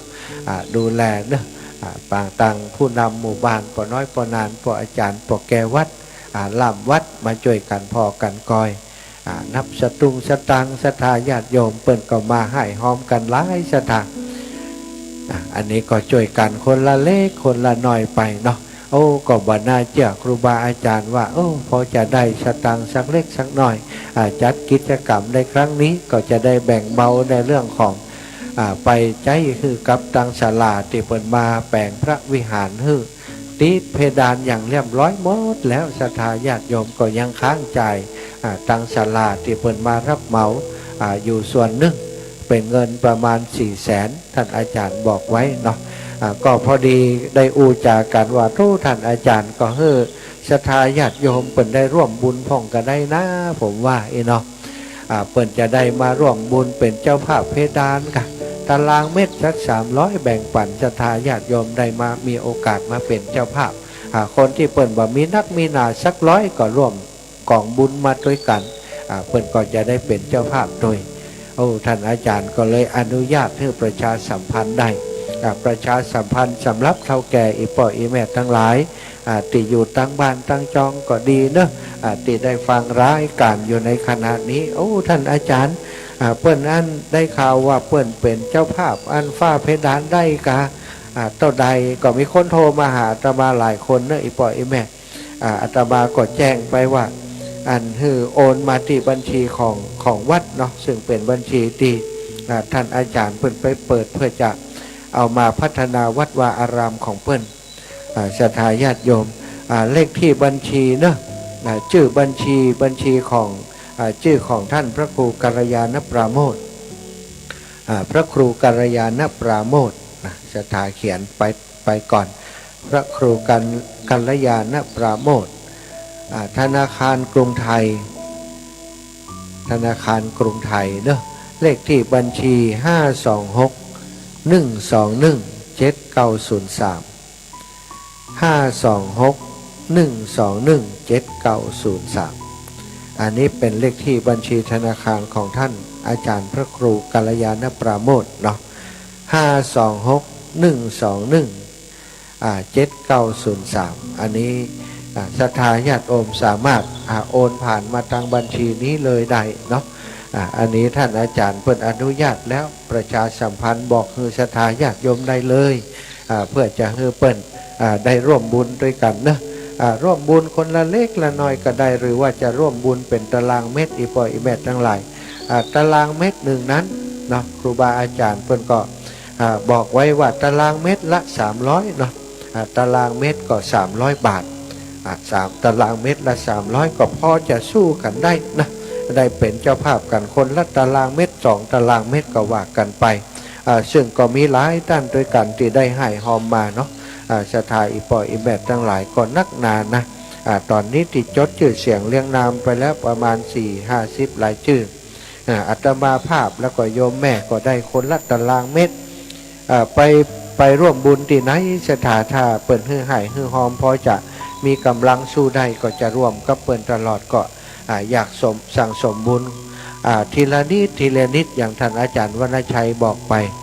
ก็ก่อยสั่งสมไปเนาะ1 ตารางเมตร2 ตารางเมตรเอาช่วยกันไปช่วยกันมาบัดเดียวได้100 กว่าตารางเมตรไปแล้วก็ต้องขอบคุณสถานทั้งหลายที่เปิ่นให้หอมมาก็ผ่านทั้งอาตมาก็หลายท่านด้วยกันแต่ว่าไปเวียงป่าเป้าก็มีอีพ่ออีแม่ตั้งเวียงป่าเป้าเปิ่นให้หอมมาเนาะแม่นางคำอ้ายแม่นางนามสกุลคำอ้ายบ้านสันชลีเวียงป่าเป้าได้ร่วมบุญมา1 ตารางเมตร300 บาทโยมแม่สมศรีบ้านต้งหัวจ้างทุ่งหัวจ้างเนาะร่วมบุญมา300 บาทโยมแม่ชิมมุนีแก้วของพี่น้องตังลำปางเนาะบ้านนาความใต้นะร่วมบุญมา100 บาทโยมแม่กิ่งแก้วมณีเนตรคุณโยมสิริวัลวงคำคุณโยมสุธิดามณีเนตรร่วมกันมาร่วมเป็นเจ้าภาพ1 ตารางเมตร300 บาทโยมแม่บุญนักวุฒิเดชอยู่บ้านนาแช่แม่เมาะนะร่วมบุญมาแหม1 ตารางเมตร300 บาทแม่บุญเทียมพรหมวงศ์พี่น้องจากบ้านโทกหัวจ้างอำเภอเมืองจังหวัดลำปางร่วมบุญมา1 ตารางเมตร300 บาทโยมจินดาใจยามีโยมน้องสุขใจยามีร่วมบุญกัน2 คนพี่น้อง300 บาท1 ตารางเมตรโยมแม่ปุ๋ยป้อพรหมมาพี่น้องบ้านแม่ไทยอำเภอแม่ทะจังหวัดลำปางร่วมบุญมา100 บาทคุณวรวรรณจันกุลร่วมบุญมา300 บาทแม่อำพรแซ่บูพี่น้องจากแม่สายเนอะแม่สายจังหวัดเชียงรายร่วมบุญมา200 บาทตอนที่รอพระเจ้าเก่าตือเปิ่นก็ร่วมบุญมา200 บาทอันนี้มาร่วมบุญแหมเนาะถ้าได้ยินเสียงประกาศยังต่างๆแม่อำพรแซ่บูนี้ก็จะให้ลูกหลานเปิ่นโอนปัจจัยมาร่วมบุญตลอดต้องอนุโมทนากับอีแม่เนอะพี่น้องตังแม่สายของเฮาหลายท่านด้วยกันนะที่เปิ่นฟังรายการตังวิทยุแล้วก็เปิ่นอยู่ไก่มาบ่ได้ก็ฝากหอมมาตลอดอนุโมทนาบุญเนอะแม่อำพรแซ่บูพี่น้องแม่สายแม่ยายดีจำปาวาดบ้านกาดใต้ร่วมบุญมา300 บาทอุทิศไปให้ปกเกิดแม่เกิดเจ้ากรรมนายเวรท่านสลาทินจำปาวาดบ้านกาดโป่งร่วมบุญมาแห่ม300 บาทตานไปหาครูบาอาจารย์ผู้มีอุปการะคุณเจ้ากรรมนายเวรปกเกิดไม่เกิดอันนี้สถานที่เปิ้นโอนต่างผ่านทางบัญชีของอาตมาสถานส่วนบัญชีของท่านอาจารย์พระครูกัลยาณปราโมทย์เนาะศรัทธาญาติโยมสามารถโอนผ่านบัญชีของท่านอาจารย์มาได้ถ้าจะให้ประกาศให้โดยนั้นก็ส่งไลน์มาติอาตมาก็ได้หรือว่าจะโทรมาบอกก็ได้จะจดชื่อเสียงเรียงนามท่านไว้แล้วก็จะได้จดลงในรายการที่เปิ้นได้ทำบัญชีไว้เนาะจะได้หัวไผเป็นไผพ้องที่เปิ้นให้หอมมาบัดเดี๋ยวนี้ก็มีธนาคารของท่านอาจารย์พระครูกัลยาณปราโมทย์เนื้อสถานเนื้อธนาคารกรุงไทยสา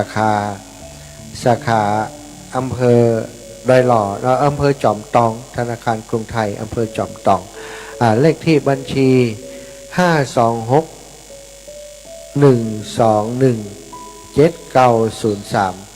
526-121-7903เนอะโยมแม่ลาพรจากเวียงป่าเป้าเจริญปอนอีแม่จ้าพระมหาเจ้าอีแม่เบาวิทยุกำเนิดเจ้าแม่ว่าจะได้เจ้าอีแม่เบาวิทยุก่อนเจ้าปิดแล้วเจ้าแม่ท่านมาเวียงป่าเป้าแล้วกะโทรมาแล้วโหลไปตะวาโหลยังมาโทรหาแม่อีแม่เขามีเวลาน้อยนะไปร่วมงานพระครูบวรธรรมวิรามแล้วก็ไปงานศพของงานหลานแม่วินาง เจ้า แม่ไปบัดนี้แต่แม่มาหา เออ แม่มาได้นั้นแล้วก็ที่แม่บอกเอาอัน อีปล่อยอีแม่ตั้งหลายฟังอยู่ตั้งใดโทรมาได้เลยเหลือเวลาแหม7-8 นาทีเนาะก่อนที่จะลารายการไปก็โทรมาได้แล้วเนอะ0808844173เนาะถูมามามาแจ้งผลการรับฟังกับปอละเนาะค่ำมาดึกมาแล้วตอนนี้ดึกแล้วแต่คืนนี้หนักหน่อยเนาะออก4 ทุ่มแล้วก็แจ้งว่าเจ้ามาตี 2 กึ่งก็ต้องตื่นมาจัดรายการตี 3ซะท่าวันนี้ก็ได้พักผ่อนตอนกลางวันเหี่ยกัมเนาะก่อนมาอ่านนี่นั่งบ่ได้ละวันนี้ได้ช่วยครูบาอาจารย์เปิดเตรียมสถานที่ในการตานเมนจะตานเมนวันพรุ่งเนอะพรุ่งนี้ก็ที่จะถึงนี่จะตานเมนสถานโอ้ไม่อยากนอนดึกแต่ว่าบางคนให้ทำเรื่อง โอ้ บุญ ได้เจ้าแม่ เนาะ เจ้าจบแล้วก็รับเนอะก็เดียวก็แหมบากี่นาทีก็ แม่จะรับแล้ว สาธุบุญรักษาแม่เนอะเจ้าสาธุสาธุมาแล้วแฟนประจำแม่อุ้ยอินแม่สาบเสมองชัดเจนดีเนาะแม่อุ้ยอิน บางเสียงแจ๋วๆอย่างนั้นเจ้า เสียงแจวคนเสียงหวานเนาะ คนเสียงหวานคนเสียงอารมณ์ดีสดชื่น อารมณ์ดีสดชื่นดีแล้ว แต่ที่นี่อันนี้ผมได้ยินแล้วก็ก็ได้ยินกามิการวิงานก็จ่วยครูบาอาจารย์อยู่อย่างอีตลอดได้ไหมเด้อสาธุ สานะคะสาธุสุขภาพค่ะ สาธุแม่บุญรักษาแม่เนอะ หนาวเนาะหนาว สาธุสาธุ หนาวเจ้า จะเริญปอนปิกออกจากเสมิงพดไปอันจังหวัดเชียงไฮ้หรอ ยมไม่ไล่ภาพเตจ้า เจ้าไว้สาอาจารย์เจ้า เจ้าแม่ เขาไม่ร้อยเทดานเนอะเจ้า เพดาน100แม่ไล่ภาพเตจ้าเนาะเจ้าแม่ไล่15แม่ไล่เจ้าแม่ได้เลยสาธุอนุโมทนาบุญกับแม่เนอะบุญรักษาเนอะแม่เจ้าแม่เจ้าเจริญพรดีเจเจจำภาษาครับตะกี้นอกท่อนว่าจัดรายการกระต๊อบเตนะต๊อบเหมือนยายพรว่านะนึกว่าโทรอันวิทยุยายพรบดีจะเอาไปจุ่มน้ำต๊อบเหมือนกันนะครับบัดเดียวดียังบัดเดียวดีแล้วยังดีนะครับถ้ารับแล้วจะรับนะต๊อบภาษาครับสาธุเจวันผูกมาเนาะสามเณรรักมาเนาะดีกันสามเณรเอารักเพื่อนจะมาทำบุญโดยวันพุธสถาญาติโยมเจริญปอนแม่แม่ยังบังรับเด้ยังบังรับเตื้อเนาะสาธุเนอแม่เนอบุญรักษาเนอะดีแล้วทำทุกคืนนะเจ้าแม่ดีกะเนาะฟังกันไปเนอะฟังกันไปก่อนเรือแฮมเบอร์กี้นาทีแล้วเนาะวันพุ่มเจ้าตื่นมาฟังทุนลุงยองสาธุแม่เจริญปอนแม่พวงพกาพี่น้องจากบ้านอุโมงค์ตำบลอุโมงค์มักกะเจ้าอาจารย์เจ้าแม่อันแม่จะหับว่าเพดาน1 เมตรนะ1 ตารางเมตรเนาะแม่พวงพกาแม่โอนเข้าบัญชีท่านพระครูเนาะบอกแล้วเดี๋ยวกี้แม่ต้องหาประกาศบอกเห็นไหมเนาะบอกเห็นไหมแล้วนักอัน526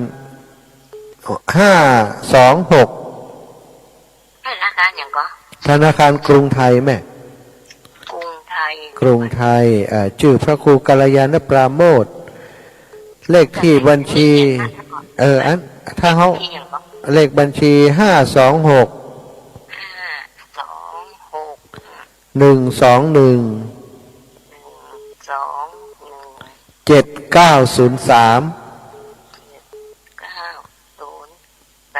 เจ้าแม่สาขาจอมทองเจ้า526121793เนื้อแม่เนอเจ้าสาธุ สาธุแม่ได้เลยเจ้าเจ้าจดให้แม่แล้วเนอะสาธุสาธุ ข้าการสุขภาพด้วยเด้อ เจ้าแม่ สาธุสาธุอ้าวตอนนี้เหลือเวลาแหบโอ้หลายนาทีอยู่เจริญปอนโยมแม่ฉลาดเจ้ซ้อนแม่นเขาว่าแม่นวันเทพเสด็จกะ ปัจจัยจ้า อันนี้ไผ่แม่นวันกำใจ เป็นนวลจ้า อ๋อโยมแม่นวลโยมแม่นวลเทพเสด็จแม่ฟวงฝากา ยังมารับเสื้อแม่ค้างอยู่ อ๋อสาธุเนอะแม่เนอะ อันเสียงชัดเจนกับที่คุณว่าบัดังรับหายมา อ๋อมันเป็นสถานีตั้งปุ้นมันเป็นสถานีมันมีหลายสถานีอีกไหมที่เปิดส่งสัญญาณไปเนาะบางทียังสายใต้นี้ของอันห้วยต่องซักบางเตืออาจจะมีการสะดุดอีกอะ จ้า เจ้าสาธุนะขอบคุณอีแม่เนอะ จ้า เจ้าสาธุสาธุเอ้าครับสายพี่น้องต่างแจ้สอนกำยมแม่ฉลาดแจ้สอน ด้วยสาด่านพระคุณเจ้า เจ้าแม่ เจ้าแม่พังหนึ่งเด้อ เออบ้านเฮาหนาวก็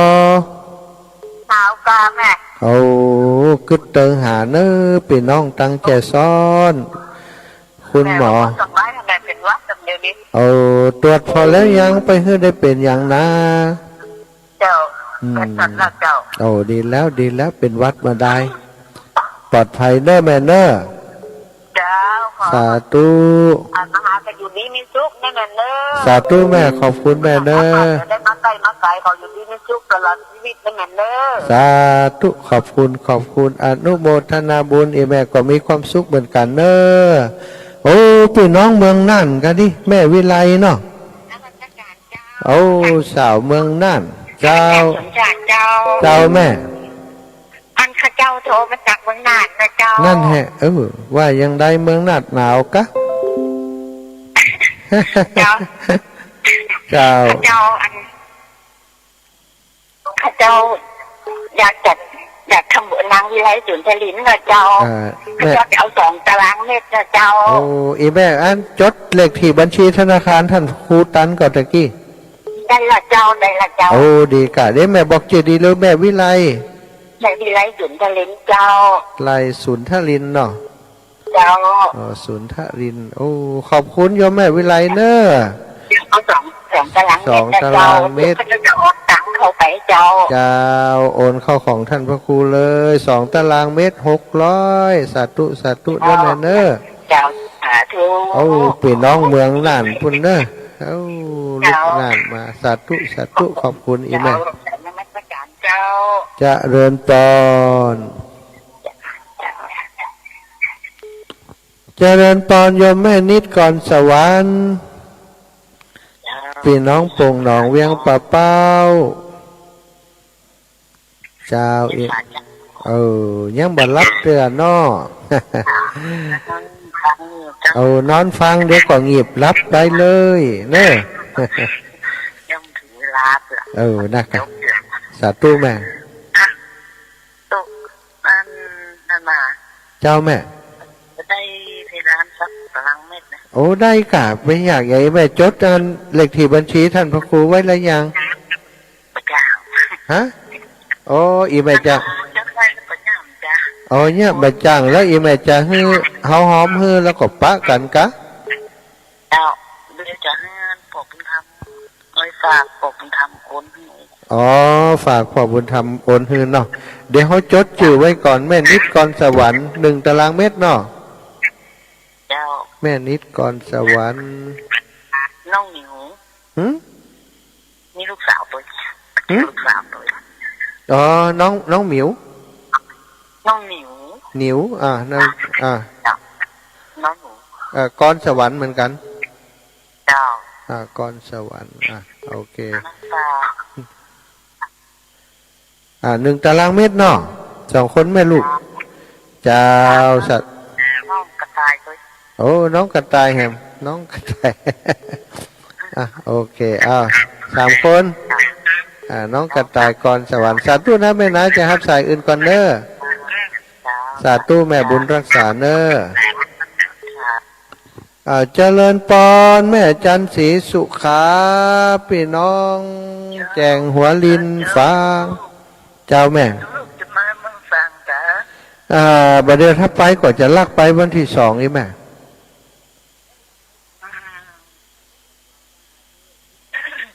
ถ้าจะมาก็หอมหืนแม่ตัว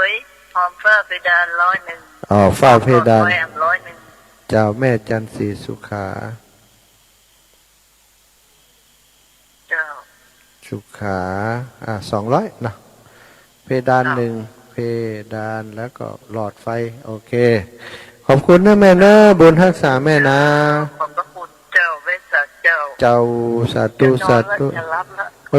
ละ รับพักผ่อนหนาวอากาศเย็นแล้วตุก็จัดรายการแล้วก็จะมองละรับละสาธุนะกะ ตาบางสาธุแม่ เจ้าเวสสักเจ้า สาธุเสียงพ้นรับไว้แล้วนะอาลาสทาญาติโยมเวลาหมดเวลา21:58 นาทีก็ขออำนวยอวยใจให้กับสทาญาติโยมนะ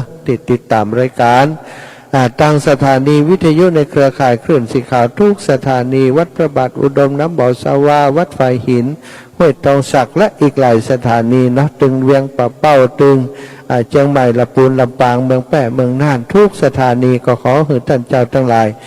มีความสุขความเจริญเน้อได้บุญได้กุศลด้วยกันสถาญาติโยมติดตามรับฟังก็เช่นเดียวกันให้มีแต่ความสุขความเจริญจัตตารโรธรรมาวทันติอายุวันโนสุขังพลังนิพพานังปรมังสุขัง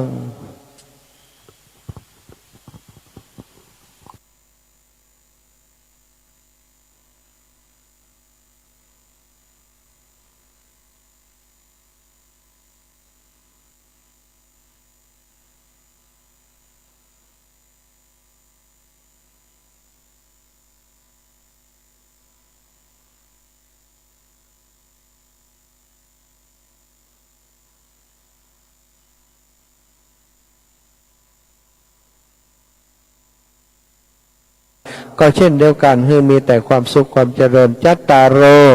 ธรรมาวทันติอายุวันโนสุขังพลังนิพพานังปรมังสุขัง